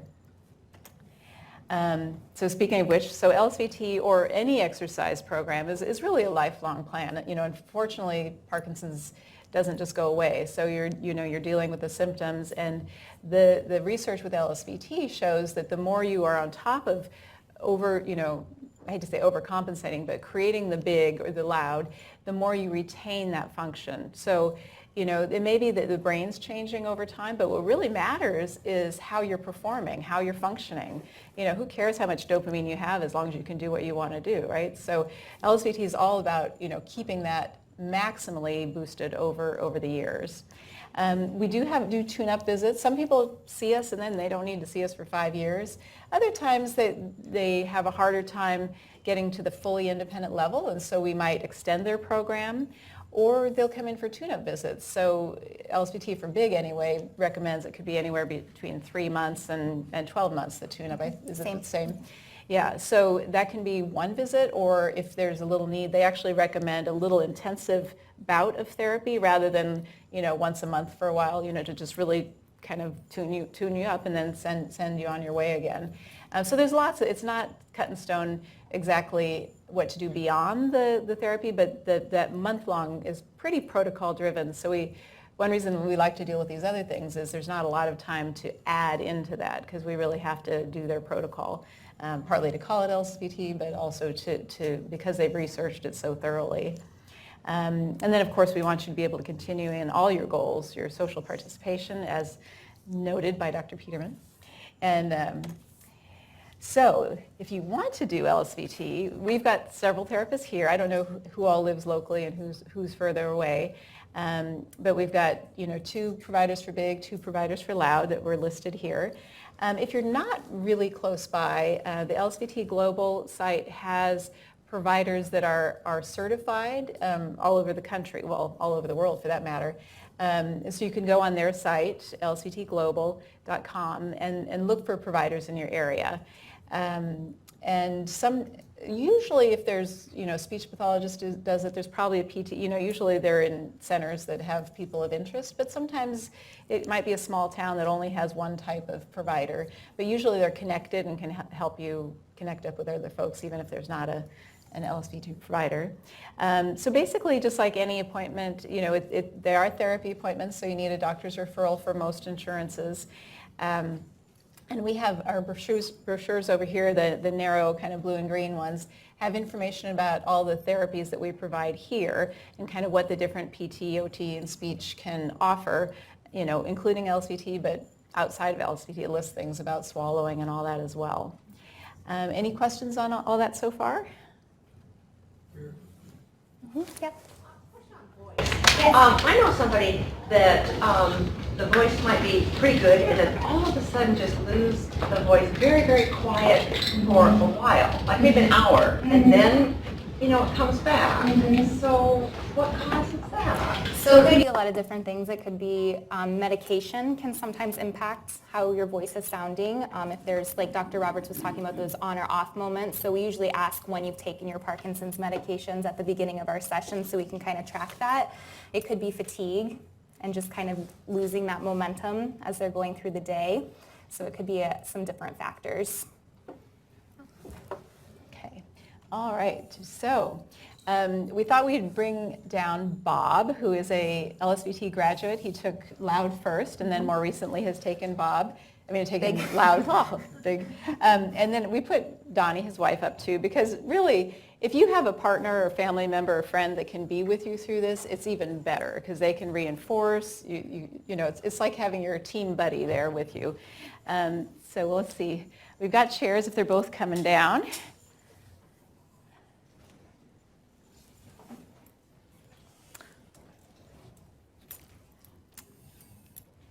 All right, come on over. And so Bob's going to give you a little rundown on how his experience was, and then we thought we'd do a little demonstration as well. You want to stand or sit there? Oh, I'll sit. You want to sit? Okay. Yeah, there's a nice one with arms here. Yep. Right here. Yep. This is a surprise. You got At it, first Donnie. it was just going to be Bob, but Yeah, I thought I was just going to stay in the audience. well, while he's getting set, I've got a microphone, Donnie. Why don't you say a little bit about your experience as a spouse, and then we'll head it off to Bob. Okay. Can you hear me? We started off with the loud, and so I was coming with Bob, and I'm sitting there listening to him doing his oohs and his ahs and practicing, and I found myself saying, this would be good for me. So we now both do our loud exercises, and we have two other friends who have also gone through the program, and their spouses have said the same thing, that they have found it very helpful, whether you have Parkinson's or not, for really improving speech. And I don't call it nagging, I call it cueing. Both for bigger steps, speaking up, maybe slowing down, being a little more articulate. But overall, I would say the benefits for both big and loud have been tremendous, both from physical and performance, but I think also just mentally and emotionally, for feeling that there are some things that you can do to really improve your condition. Because I think sometimes Parkinson's can have a very devastating effect emotionally on people. So we have found that it has been excellent. So Okay. there's my spiel. Should we hand it over to Bob? Yeah. Let's say a few words. Okay, I'm specimen B, Bob. No, I recognized that I had Parkinson's, late last summer. At first it was just I was losing balance. In fact, I couldn't even walk across the room without having something to hang on to. I never did have the tremor. But that led me to the neurologist, and he made the diagnosis. And in my case, fortunately, along with getting started on effective drug treatment right away, which helped a great deal, in my case, fortunately, I was immediately referred into an LSVT program. And if you have access to it, I would either inquire about it or seek it out. Personal comment. I think maybe mostly just to tell you some experience. I didn't think I talked softly. Never occurred to me. You know, somebody tried to tell me, I'd say, well, yeah, we'll get hearing aids. But I didn't recognize it, I didn't know it. But maybe an anecdote may point it out. We'd have friends, we'll go out to dinner or whatever, and a month or so later, we'd be at dinner and they'd say, Bob, I can hear you. What'd you do? But they noticed that spontaneously, not knowing that I was doing my loud training, and as did others. And I began, that really brought it home. I think, well, I didn't realize I was talking so slowly and softly before. So enough on that. Then the same with the big, and this is not, this is my perception, this is not the quick movement of boxing, but rather the realization that with the Parkinson's over the previous years, that yes, I was shuffling, everything was slow from my hand movements, you name it. And what BIG does is specifically take you through a series of exercises designed specifically to stretch your muscles out, learn how to do it, make it your habit. And I think the same thing, whether it be with loud or with big, you do it over and over and over again to the point that when you get there, you are doing these things without thinking about doing it. It has become embedded in your physiology that is the way you will do it. Very good. So we were thinking about doing a demo. Do you want to do the loud first? Do the loud. Do you want to stay standing or would you like to sit? Oh, are we doing loud? We're going to do loud, yeah. Oh, well, okay. All right, so we're going to do the first exercise of our program, which is just holding a nice loud ah. And usually, every time, I shouldn't say usually, every time we do these exercises, we use this little device called a sound level meter so that we know how loud Bob is. What's your goal, Bob? How loud do you want to be? Well, we'll go, I think 70 you said in the speech, although I usually went over that. Let's try 80. Think you can do 80? So we typically measure this out so that it's the consistent distance from the mouth to the mic every time. I'm not going to do that today, but we usually want it to be 41 centimeters. So I'm just going to ballpark it here. All right, and then I usually model the first time, and then Bob does what I do. So I'll go first, and then you go. Okay, you ready? Ah.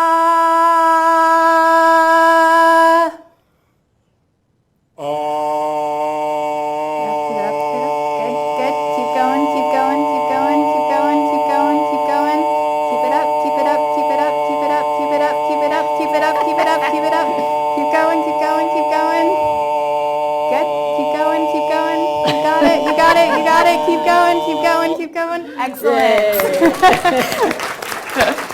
You were 90 plus. Oh, nice. Did you hear him? Yeah. Good. So the first time you did this, Bob, I don't remember how long you were able to hold an ah. Do you remember, Rebecca? No. Not that long. Now he's able to hold it forever and ever and ever. So it's definitely helped his respiratory drive. His volume's loud. He's clear. So we do those 15 times until you're sick of them, and then we move on to a different exercise. You still have some energy? Yeah. You want to do something? Sure. Now, we didn't practice this part. Do you have a particular one you want to show? The sit to stand or one of the standing ones? Or? Well, I don't know, one of the standing ones, I guess. Okay. So in both big and loud, there's a lot of modeling, so the therapists are kind of doing the same thing along the way. And we're just going to be in front of you. Okay. And we're looking at different things. We're looking at the actual motion, but also the quality of the motion, how big the hands are, things like that. I'm going to put my back to you so I can model for him. Do you want to do the one to the side? Okay. So we always start with the hands down on the thighs, and we're going to do a lunge to the side. You ready? And big reach, and return big. Big reach, and return big. Okay, let's go the other way too. And big reach, nice, and return big. And big reach, and return big. So for us, doing some of the lateral stuff is really important because Bob has a spinal issue separate from the Parkinson's that made it hard for him to balance on the one side. So even though we're not directly addressing other issues, we certainly incorporate that information in the process. And you guys have felt it's been really helpful for your walking and the balance. Yes. And do you guys want to see anything else? Does that feel good for now, or? Yeah, make them work harder.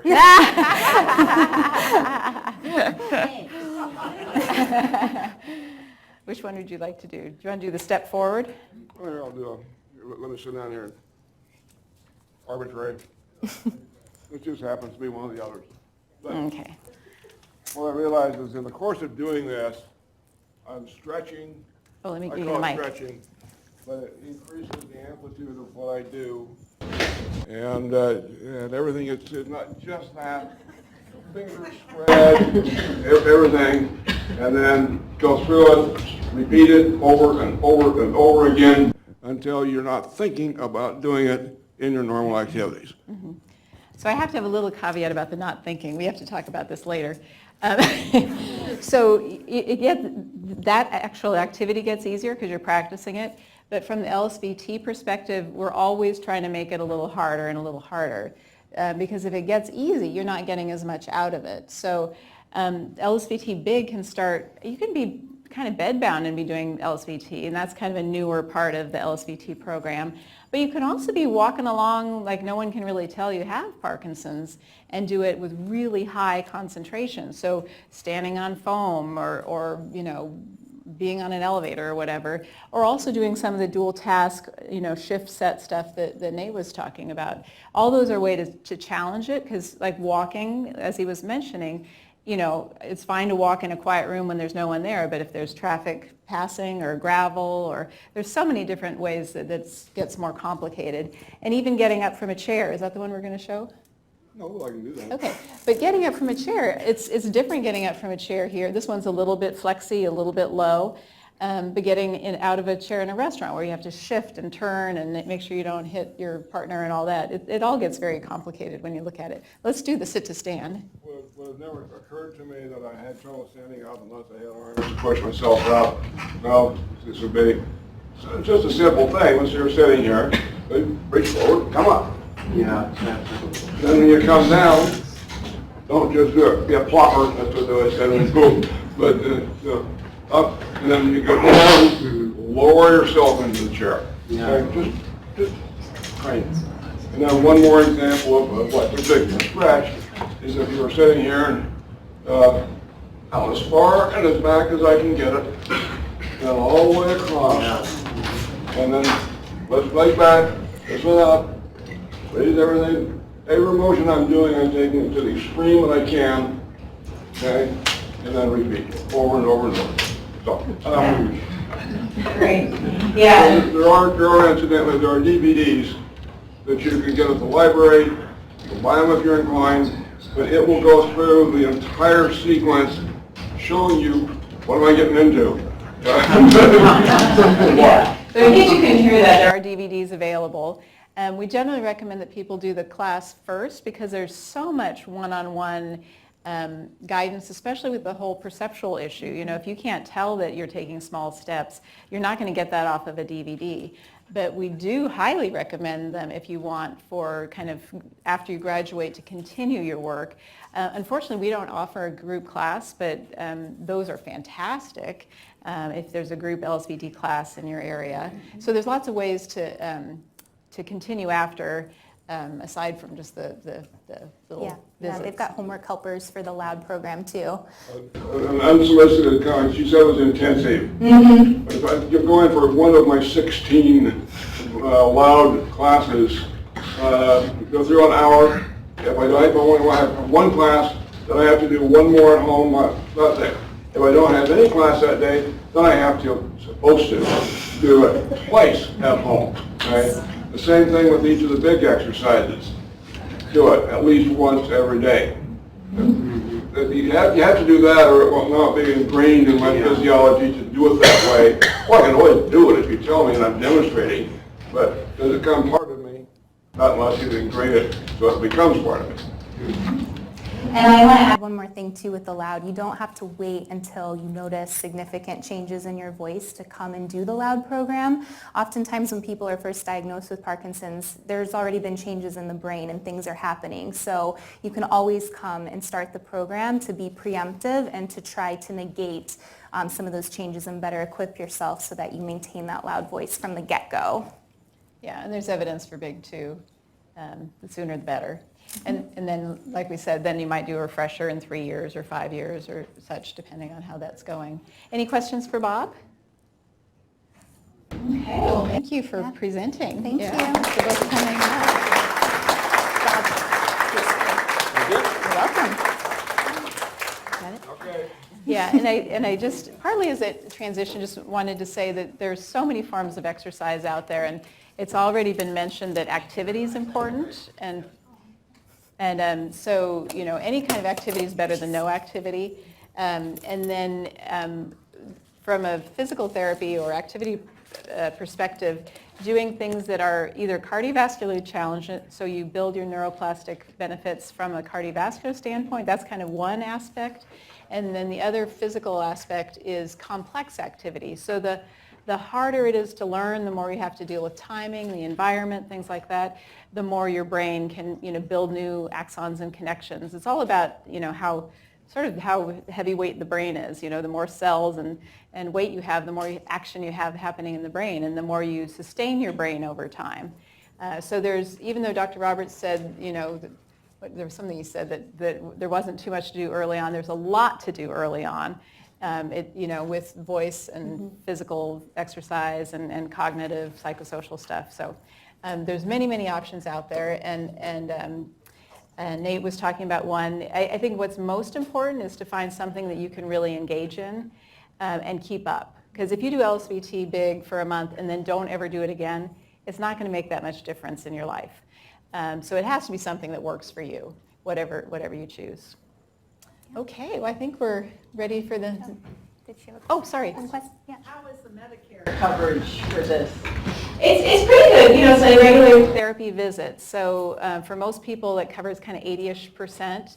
And luckily, the cap is not so much of an issue. So one reason we used to separate LSVT big and loud is just so, or actually this is more of a PTOT issue, but so that we didn't go over your Medicare dollars.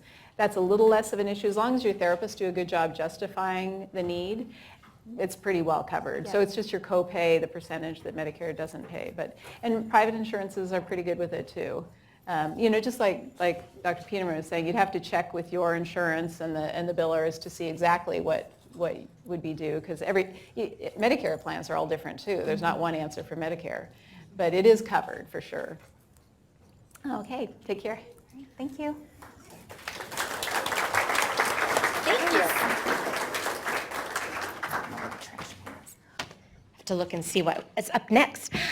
So one of the things that I was just reading about that kind of relates to what they were saying is the more that you can step out of your comfort zone as well, is they're really studying about how it's sort of building those neural pathways, and so exercise and trying new things is a great way to do that. So we're gonna kind of move into that. So I'm gonna welcome France to the stage, or to the area up here. So France is, I would call her a firecracker of a trainer with the Parkinson's Fitness Project. Her son was also an intern at our office, and so her family is delightful. And so she works with Nate and the whole team there at Parkinson's Fitness, and she runs some really terrific classes, including a chair fit class, and I think she's going to incorporate some of that in here. But we are going to do some movement before we introduce our last speaker. So thanks for being here, France. I have 15 minutes? Yep. Okay, all right. So today I want to show you what we can do in a chair. Because you've seen a little bit, I see familiar faces, you know. This is really fun. So I teach ChairFit. I also teach bootcamp classes for Parkinson's. And my husband has Parkinson's, and I was working as a certified fitness instructor. And then the ladies at APDA told our son, hey, would you like to get involved in Parkinson's stuff? And I'm like, yeah. So I connected with Nate, and we clicked. We've been working together for 2 years. It's been fantastic. So you saw Nate this morning, and he's a marvelous human being. Okay, so first we're going to be sitting on our chair. I know these are a little bit strange chair. I tried them on. I had to put my bum in to see how they felt. And I would like you to scoot a teeny bit.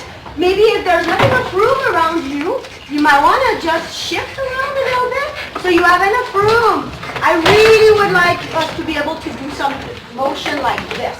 So I know these chairs are not perfect, but you know we're gonna milk the cow the best we can. Deal with what we have. Okay.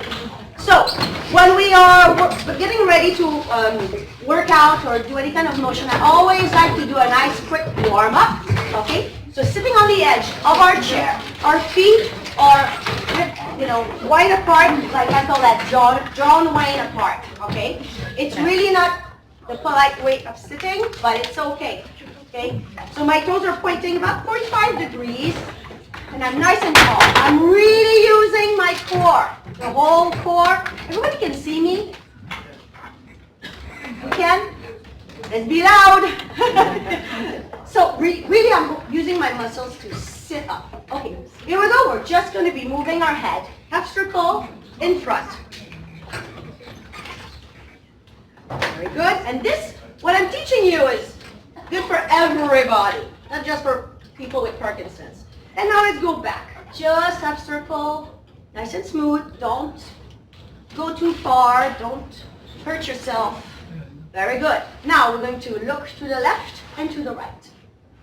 Remember, you're holding yourself up. Your shoulders are back. You're proud. You're sitting right. Okay, now we're going to be ear to shoulder. Do the best you can. Very good. Okay, now let's go to the shoulders. Big circles. Very good. Feel your core. Core is busy. Your belly button is in. Reverse. Good. All right. Let's see if we can have our arms up. Can we have our arms up? If you cannot, just go a little bit in front so you don't hit the neighbor. That's the rule here. Okay, don't hit the neighbor. Let's do little circles. Yeah. Do not hit or poke the neighbor. Very good. Let's reverse those arms. Good. If you have the room, go to the side. Very good. Circles, Jen. There you go. Circles. Triangles. Good. Oh, that's advanced. Now let's go pump under. If you can, if you have the room. Very good. Nice. Remember, you're still sitting on the edge of your chair. We're living on the edge here. Good. If you have the room, bring your arms back. Imagine you have a big beach ball and you're bouncing it. You might have to hinge from your hips, go forward a little bit. And imagine here that you have a straight back. This is very important. We never round our back. No, PD wants us to do this. We don't. Always the hinging is from your hips. Even when you brush your teeth.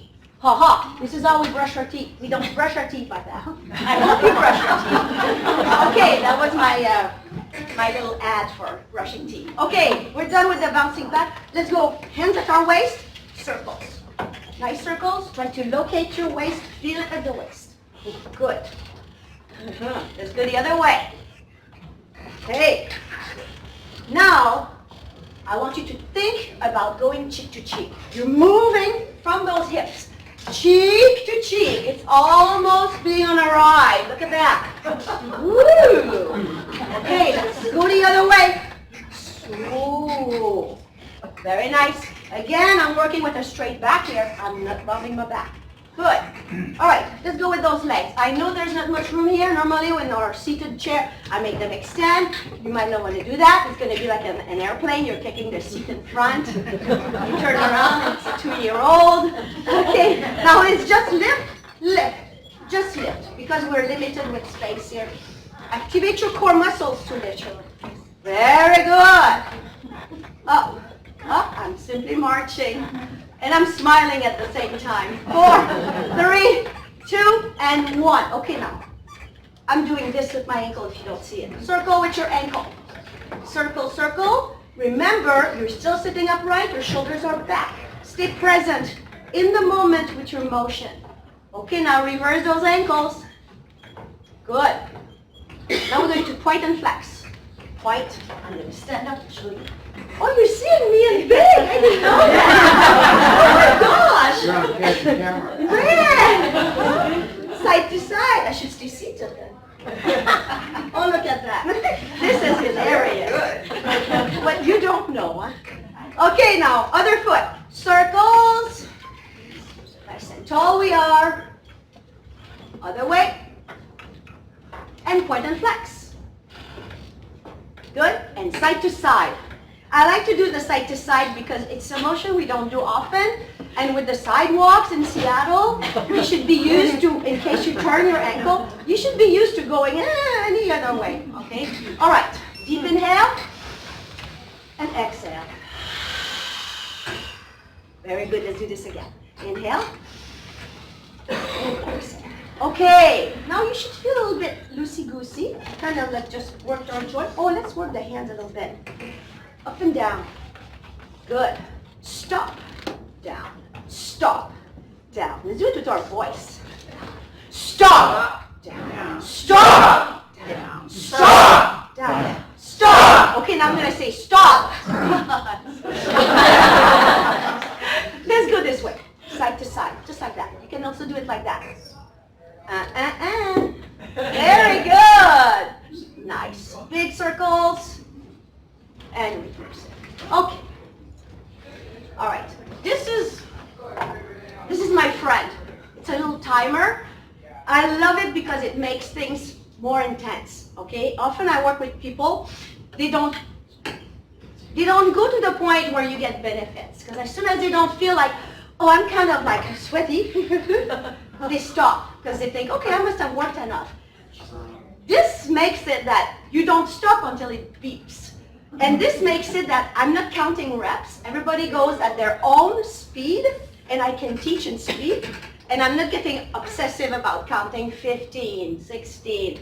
So you will see how this works. I adore this. It totally worked for me. You can have an app on your phone. They do have free apps like this. I always do 10 seconds of break. We're going to work for 40 seconds. This is our first move. Check your posture. Okay, we're sitting on the edge. I want one arm up, one arm down, and then switch it. Nice and flowy. Really reach for the sky with the up end. Really reach for the floor with the bottom one. Switch it again. Nice and flow. Good. Make it a little balletic. Think about a ballerina. Okay, yeah. And now let's make it a little snappy. Snap it. Snap. Snap it. Snap. Snap. Flow it. Flowy. Flowy. Good quality. And flow. And flow. And 2 more snaps. 1 and 2. Good job. Deep inhale. Check your posture. Where are you? Be aware of where you are in space. You should still be sitting like John Wayne. Okay? Here we go now. I call that to trick the doctors. This is my exercise to trick the doctors. Touch, touch, touch. I really want a big opening each time. Open, touch and open. Touch, open, touch, open, touch, open, switch. Those little fingers each time. Good. Okay, now. Shoulders are getting tired. That's what we want. Okay, now we're going to spray joint. Spray. Spray. A nice, beautiful fist and spray. Spray. Spray. Okay, I want arms to move. To the side. Up. Front. Up. Everywhere. Good job. Take a nice deep inhale. Exhale. Very good. Okay, this is an exercise I call Sasquatch faces. Sasquatch. Okay. I do it standing. Okay, this is a twist standing. We can do it seated. Okay, seated. Watch out for the neighbors. If you cannot twist your arms, put your arms right like that. Okay, you're still. What's important here is the twist of your spine. Twist your spine. Because with PD, the spine gets tight stiff. Keep it. Okay, now I'm going to add a task, okay? Every time you turn back, shh, going to do a funky face. A grimace, if you will. With the sound. Good, that's right. Now, inhale. Because you see with PD we get masking. You want to walk your front, okay? Still want to smile. I always say smile with your eyes with PD. Always think about that. Okay, now let's work our back a little bit, okay? You know that hinging we did cheek to cheek at the beginning to warm up? I want you to hinge again. Come back up. If you don't have room, keep your head on your lap. If you have room, you can have your arms come up in making an I. Making an I. Very good. You can do a little Y if you want. This one for back. Or a T. Good. If you're doing standing up, make sure you have a nice soft knees. That means a little bend in your knees, okay? And you can just do it like that. Just standing up like this. Very good. Inhale. Check your posture. Are you still on the edge of the chair? Nice and tall, shoulders are back. Very good. Okay, now here comes the big frame, okay? Imagine there's a big picture frame in front of you. You go up, you go up, you go down to reach, down. You see, I'm still sitting. I'm practicing going down and up, okay? Good. And up. For those who would like to try this standing up, it looks like this. Up, up, down, down. This is my cupboard. Oh, wine glasses. With a toaster. Very good. Up. And when you go up, you can advance this. Put your balance here, going side to side. But you can totally do this seated. Here we go, up. Reach. I'm reaching so high, my cheek is lifting up my chair. That's how high you want it up. Okay. Get air in you. Exhale. Check your posture. Are we good? Okay, now this is, I'm going to go across. Across. I'm just going to the other side. Okay, if you have the room, I like to have my little leg on the side with this, to the side. I call this the long stretch. Good. This is fun because it's crisscrossing. And across. Very good. Shh. If you have the juice, go a little faster to get your heart going. And side. And side. Woo, side. And side. Good job. Almost done. You see what the timer does? It takes me out of my comfort. I have to continue. Can't stop. Good job. Deep inhale. Check your posture. Are you still good? Okay. We're going to reach forward and we're going to come back up. Now I am aware that people might not have room. If you don't have room, just come up. Okay? We go forward. We come up. Good. Forward. Up. And forward. It's again my hinging with the flat back. Do not round your back with this. Good. Up. You almost feel like your bum's sticking out when we do this move. Very good. Nothing wrong with that. We have to take away what we heard as children. We should not do that. And up. And reach. And up. And reach it. And up. And reach. And up. You can go to side too. Good job. Deep inhale. Okay, now this is a little core exercise. I would like to add a little bit of snappiness to it, okay? So we're gonna go point, clap under. This, I'm using my core to do this, okay? Point, clap under the other leg, point. This is my disco version, up, right there. Point, clap, point, and point. So you see you can do this, put music on, do whatever on a chair. You move it. Up and clap, up and clap. We're almost done. Up and clap, point. Make sure you alternate. Good. I'm a big person on. I'm big on switching the leader. Don't give up on me. Up. Good job. Deep inhale. Are we good? Good. Everybody's good. Good. Okay. How much? Let's move on. I have time for a song. Okay. I'm going to sing. I'm going to shut Mr. Timer. Thank you. But you see how fun this is? It works with everybody. And you know what is nice is when, if you're tired, you stop. You know, I mean, the timer is not going to come in. Okay, so everybody knows row, row, row your boat, okay? Good. So we're gonna do a little motion, like we're gonna try to row, okay? You don't need to go super far, okay? We're gonna row, okay? We're gonna sing. Row, row, row your boat gently down the stream.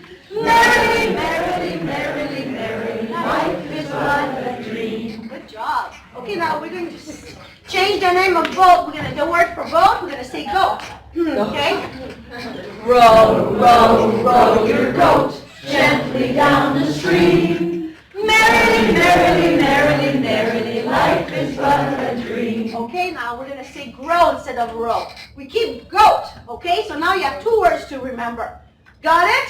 Here we go. Grow, grow, grow your boat gently down the stream. Merrily, merrily, merrily, merrily, life is but a dream. Okay. You know what? Stuff here is we are multitasking because I still want the good quality of my movement, but we're thinking words at the same time, like, oh gosh, I hope I don't mess up.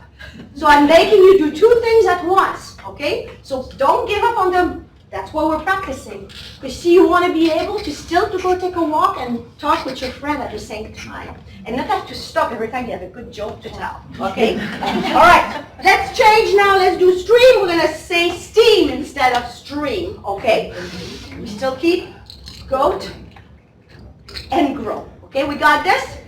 Nice and tall we are. Check posture. Hey, here we go. Grow, grow, grow your goat gently down the stream. Merrily, merrily, merrily, merrily, life is but a dream. Okay, now one last one. Instead of merrily, we're going to say happily, okay? Because we need to smile with our eyes, okay? That will be my last. I will exit with that, okay? All right, nice and tall. Remember, we have... Okay, we got it? Okay. Oh, yeah. This is a memory exercise. Oh, yeah. You should do a solo for us. Okay, here we go all together. Everybody needs to practice their voices. Here we go. And grow, grow, grow your boat gently down the stream. Happily, happily, happily, happily, life is but a dream. So often I go down the... I have people even pick words, and we often end up with wife instead of life, and you know, it's pretty funny. It gets pretty fun. Okay, nice deep inhale, everybody. I want you to, if you can, on those chairs, can you hold the side of the seated part a little bit? There you go. Hold in. Give yourself a nice little spine twist here. Just hold it gently. Really, it's all happening at the waist here. Okay, good. And now go to the other side. Check that you are nice and tall again. Very good. My eyes are going to the side. Good. Front. We're going to for six, we're going to stretch the sky. Just like that. Really reach for it. Stretch. 6. All together. 5. And 4. And a 3. And a 2. And a 1. Deep inhale. And exhale. Great work. Thank you very much.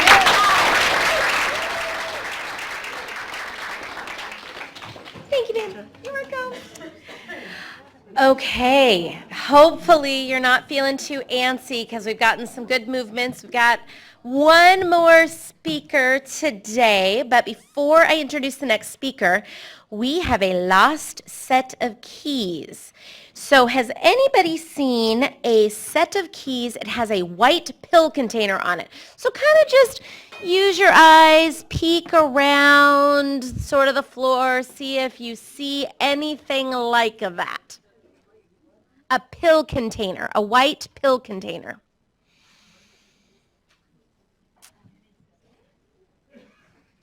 All right, well, if you see it, holler, and we will get them back to the rightful owner. So our volunteers here today are going to pass out surveys to you. At the end, after Shannon has talked, if you will take a moment and just tell us how we did. We very much take your feedback seriously in planning future educational programs. So we want to hear from you. So if you will let us know how we did, give us any feedback, that would be terrific, and we will collect them as you leave. So we have the surveys and we have pens if you do not have a pen. So we will do that. So I am now going to introduce our next speaker. So Shannon Hunt is a clinical social worker here at Virginia Mason. Navigating Parkinson's disease and community resources can be daunting. That's what APDA is here for, as well as social workers like Shannon at Virginia Mason. We are both great resources in helping navigate the system and the community. So she's going to talk a little bit about that. So please welcome Shannon up to the stage. Okay. Can everyone hear me okay? Good? Okay. So my name is Shannon and I'm the social worker for neurology. I just wanted to start to kind of explain where a social worker comes into the Parkinson's world. We're located in doctor's offices, senior centers, community centers. So we are out there if you need us. And the foundation of social work is based off of these 6 core values. And the purpose of our profession is to work with individuals, families, and groups and communities to promote well-being. And so that's really what our goal is.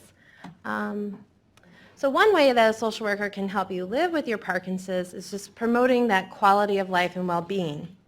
And we do that through helping you find some meaning, present moment awareness, emotional contentment, fostering and nurturing those relationships, and setting some goals for ourselves. New goals, adapting our goals to kind of meet where we are at in our lives.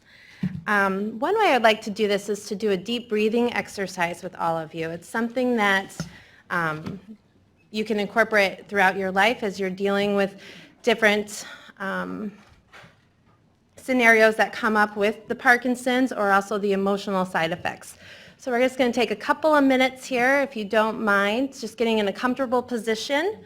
You can rest your hands on your lap or keep them folded on your chest, whatever you find most comfortable. You can close your eyes or just have them gaze slowly at the ground. And then we're just going to take some nice deep breaths. And you can do this at your own pace, but it's just really connecting with our breath and feeling it come into our lungs and expanding, and then that release with the relaxation. And you just want to take a few breaths in and out. While you're doing this, feel that your forehead and your eyes are relaxing, the tension in the jaw releases. The back of the throat becomes more relaxed as you continue to take those breaths. And sometimes you can notice some sensations where your ribs are feeling the expansion. You may feel the air, the warmth coming out of your nose or your mouth, whatever's more comfortable for you. Just continue that deep inhale and that long release when you exhale. Sometimes when we're doing this, we'll notice some thoughts that come into our mind. And we want to acknowledge those thoughts. And then without judgment, just release them and focus back on our breath and how it's a calming sense to us.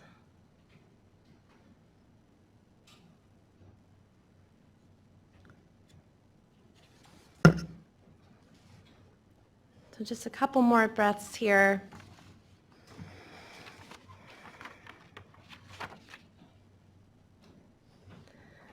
And then we'll slowly open our eyes and come back together as a group. So that deep breathing is an exercise to help with that present moment awareness, to really just make you feel connected with your body and where you are at in this moment. Another way that social workers work with our patients and clients and families is that we want to create a toolbox. So we share information that we know, ideas, we brainstorm with families and patients to help them navigate our system. Sometimes it's just providing a lending ear for you to talk through a scenario or some troubles that you're having right now. And at times when we're noticing our emotional needs need some more attention, We can help you find some counseling services, mental health providers, and help you get those referrals in place. There's a lot of resources out there, but sometimes knowing even where to start is the hard part. So you can always reach out to your social worker or doctor's office or the APDA. We can help you get started in the right direction. And as always, supporting you with your decision making and long-term planning. There's a lot of decisions and plans that need to be made as we age and go through life in general. And sometimes as things become more complex, it's nice to know that there are people out there and resources to help you navigate that. So just a really quick thing of like where to start. Kind of going back to some things that Joel had said, you want to be informed and be organized. So, attending programs like this, knowing what's going on with your Parkinson's disease or how to support someone with Parkinson's disease. Knowing your medications, knowing the what and the why, and when am I going to take these. And then family members knowing what some of the side effects may be, so that can help with my long-term planning and noticing changes in your loved ones so that you can communicate that with your providers. Medical appointments. They can be scary and overwhelming. You get so much information. So always having a partner, a friend, a loved one that can be there with you to take those notes is always helpful. And then communication is the foundation of all of our relationships. Really start with how well we communicate with one another. So really fostering that connection with our family and friends, involving them in your care, letting them attend those appointments with you. And if you're not ready to have them attend with you, just letting them sit by your side at those hard days. And also, communicating with your medical team, letting us know when you're noticing changes, or if you have questions about a new medication or a new therapy, different options that are out there. There is no, as they always tell little kids, there's no wrong question or a bad question to ask. So please ask them. So when I am working with patients and families, these are some common topics that come up as to where do we go next? We know what's going on. We've met with the neurologist. What do we do now? So some future planning, some ways to get organized is, kind of addressing our legal matters and financial planning, getting all of our documents in order, getting our advanced directives in order. That can be a really hard topic to start, but your primary care doctor, your neurologist, even myself as a social worker, I'm happy to go through what your options are for you. And long-term planning, that includes your insurances, Medicare, Medicaid, private insurances. What are the resources that are available to me through those programs? With our health, it's managing our physical and emotional needs. So outside of Parkinson's, you may have a cardiovascular issue or some diabetes. You want to make sure that we're managing those symptoms and attending our appointments so that we are staying healthy in all aspects of our lives. And in terms of emotional needs, noticing if you're feeling any depression or increased anxiety, we want to get those addressed as soon as possible. Recreation, as it shown several ways today of ways to get involved and stay active, that's important for all of us. It helps us stay healthy, it's a release, and it gets us back into our normal life and routine of things that we enjoy. It takes the focus off of other ailments that may be bothering us. And I put transportation on there because that comes up quite frequently as a barrier to how people can access resources. And if we don't have access to transportation, then that increases our risk for isolation, and that has negative effects on us both physically and emotionally. So what are our other transportation options? And even sometimes it's that hard question, is it time to retire from driving? And do I need a driving evaluation? That can be a hard conversation. So just some things that are commonly shared. So where to look? So when you're doing some future planning, the National Academy of Elder Law is a great resource. They provide legal assistance in all of your legal matters, from finances to healthcare directives. And the Honoring Choices of the Pacific Northwest is also a great resource in having that conversation about advanced directives. They have a wonderful starter kit as to for you to reflect on what you would like for yourself, as well as how to have that conversation with our loved ones and your doctors. So those are really great resources. So the health and recreation, the APDA has a wonderful resource for local programs that are available to you, as well as there's Dance for Parkinson's that is a few organizations do. We do one ourselves here at Virginia Mason. And if you want to do something outside of just Parkinson's focus, the local Y, your senior center, park districts, they offer so many recreational activities that can get you engaged in something that you find meaningful in your life. And then support groups. Those are always important to find that peer-to-peer connection. So those are some things. Transportation. You have a few options. So the AARP has a great website as to finding resources in your community, but also when to start looking at, should I be driving? If I'm going to stop driving, how do I get evaluated for driving? Things like that. Your public transit with the access bus or getting that, you can get reduced cards based on age or disability, which is a great resource to utilize if you qualify or are interested in it. There's also a ride repay program which can help with transportation for appointments and things like that, just to keep you connected with your communities. Now we're going to talk a little bit about our caregivers, family members, anyone involved with your care. That is becoming more of a topic because more and more people are stepping into that role.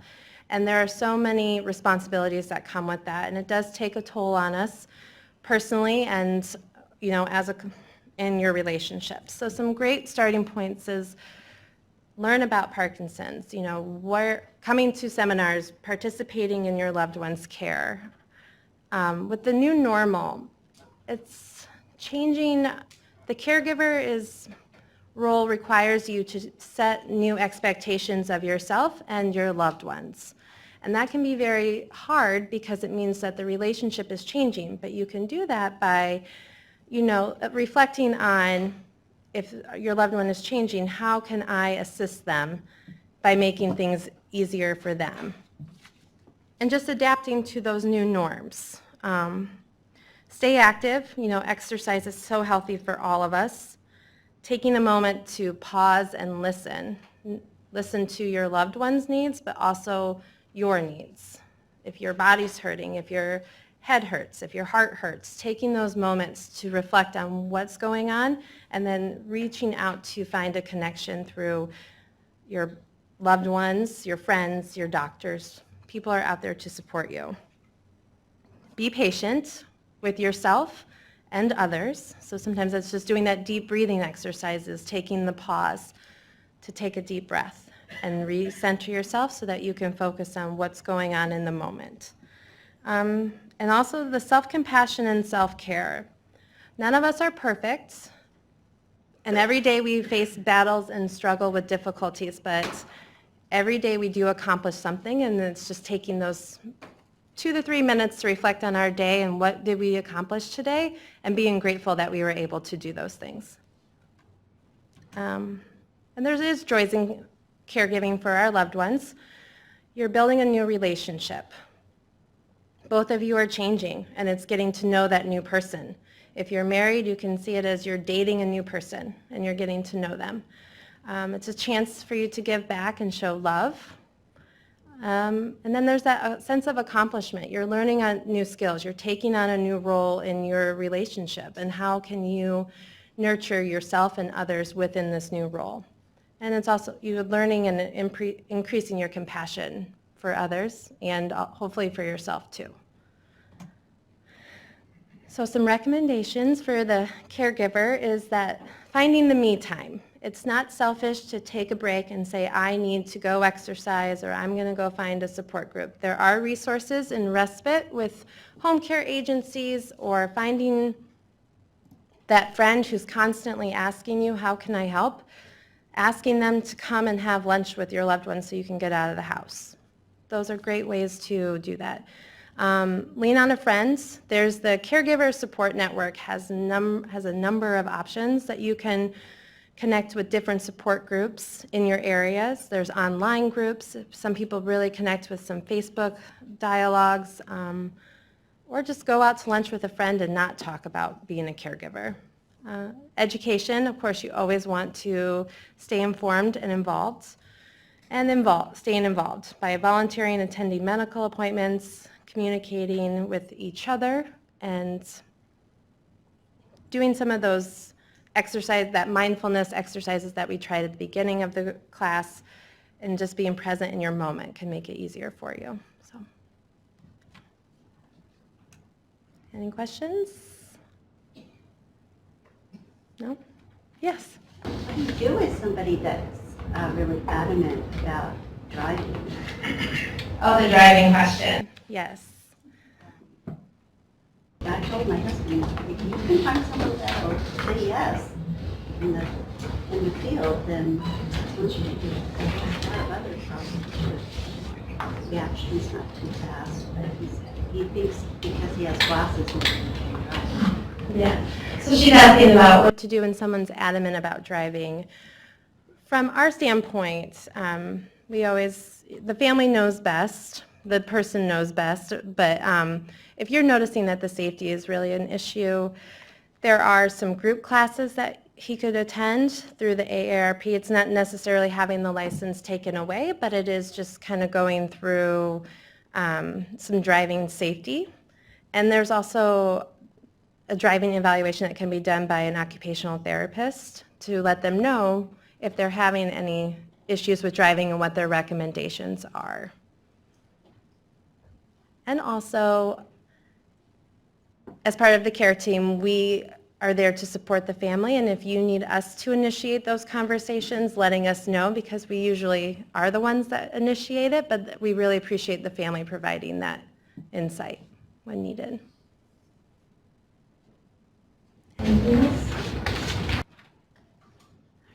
Well, thank you all for your time. I really appreciate it. If you have questions, don't hesitate to let us know.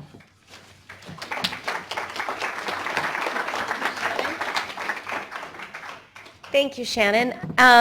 So this concludes our program for today.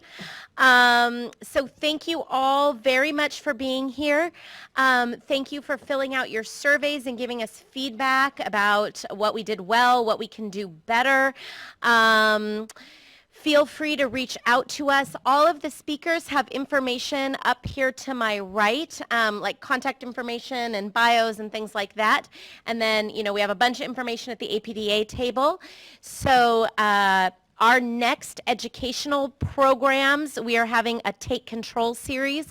The next one is on July 8th, talking about the gut and something else. Who's the other speaker there? I cannot remember. But we have 2 different speakers in July, and we have 2 different speakers in September, and there are flyers about it there.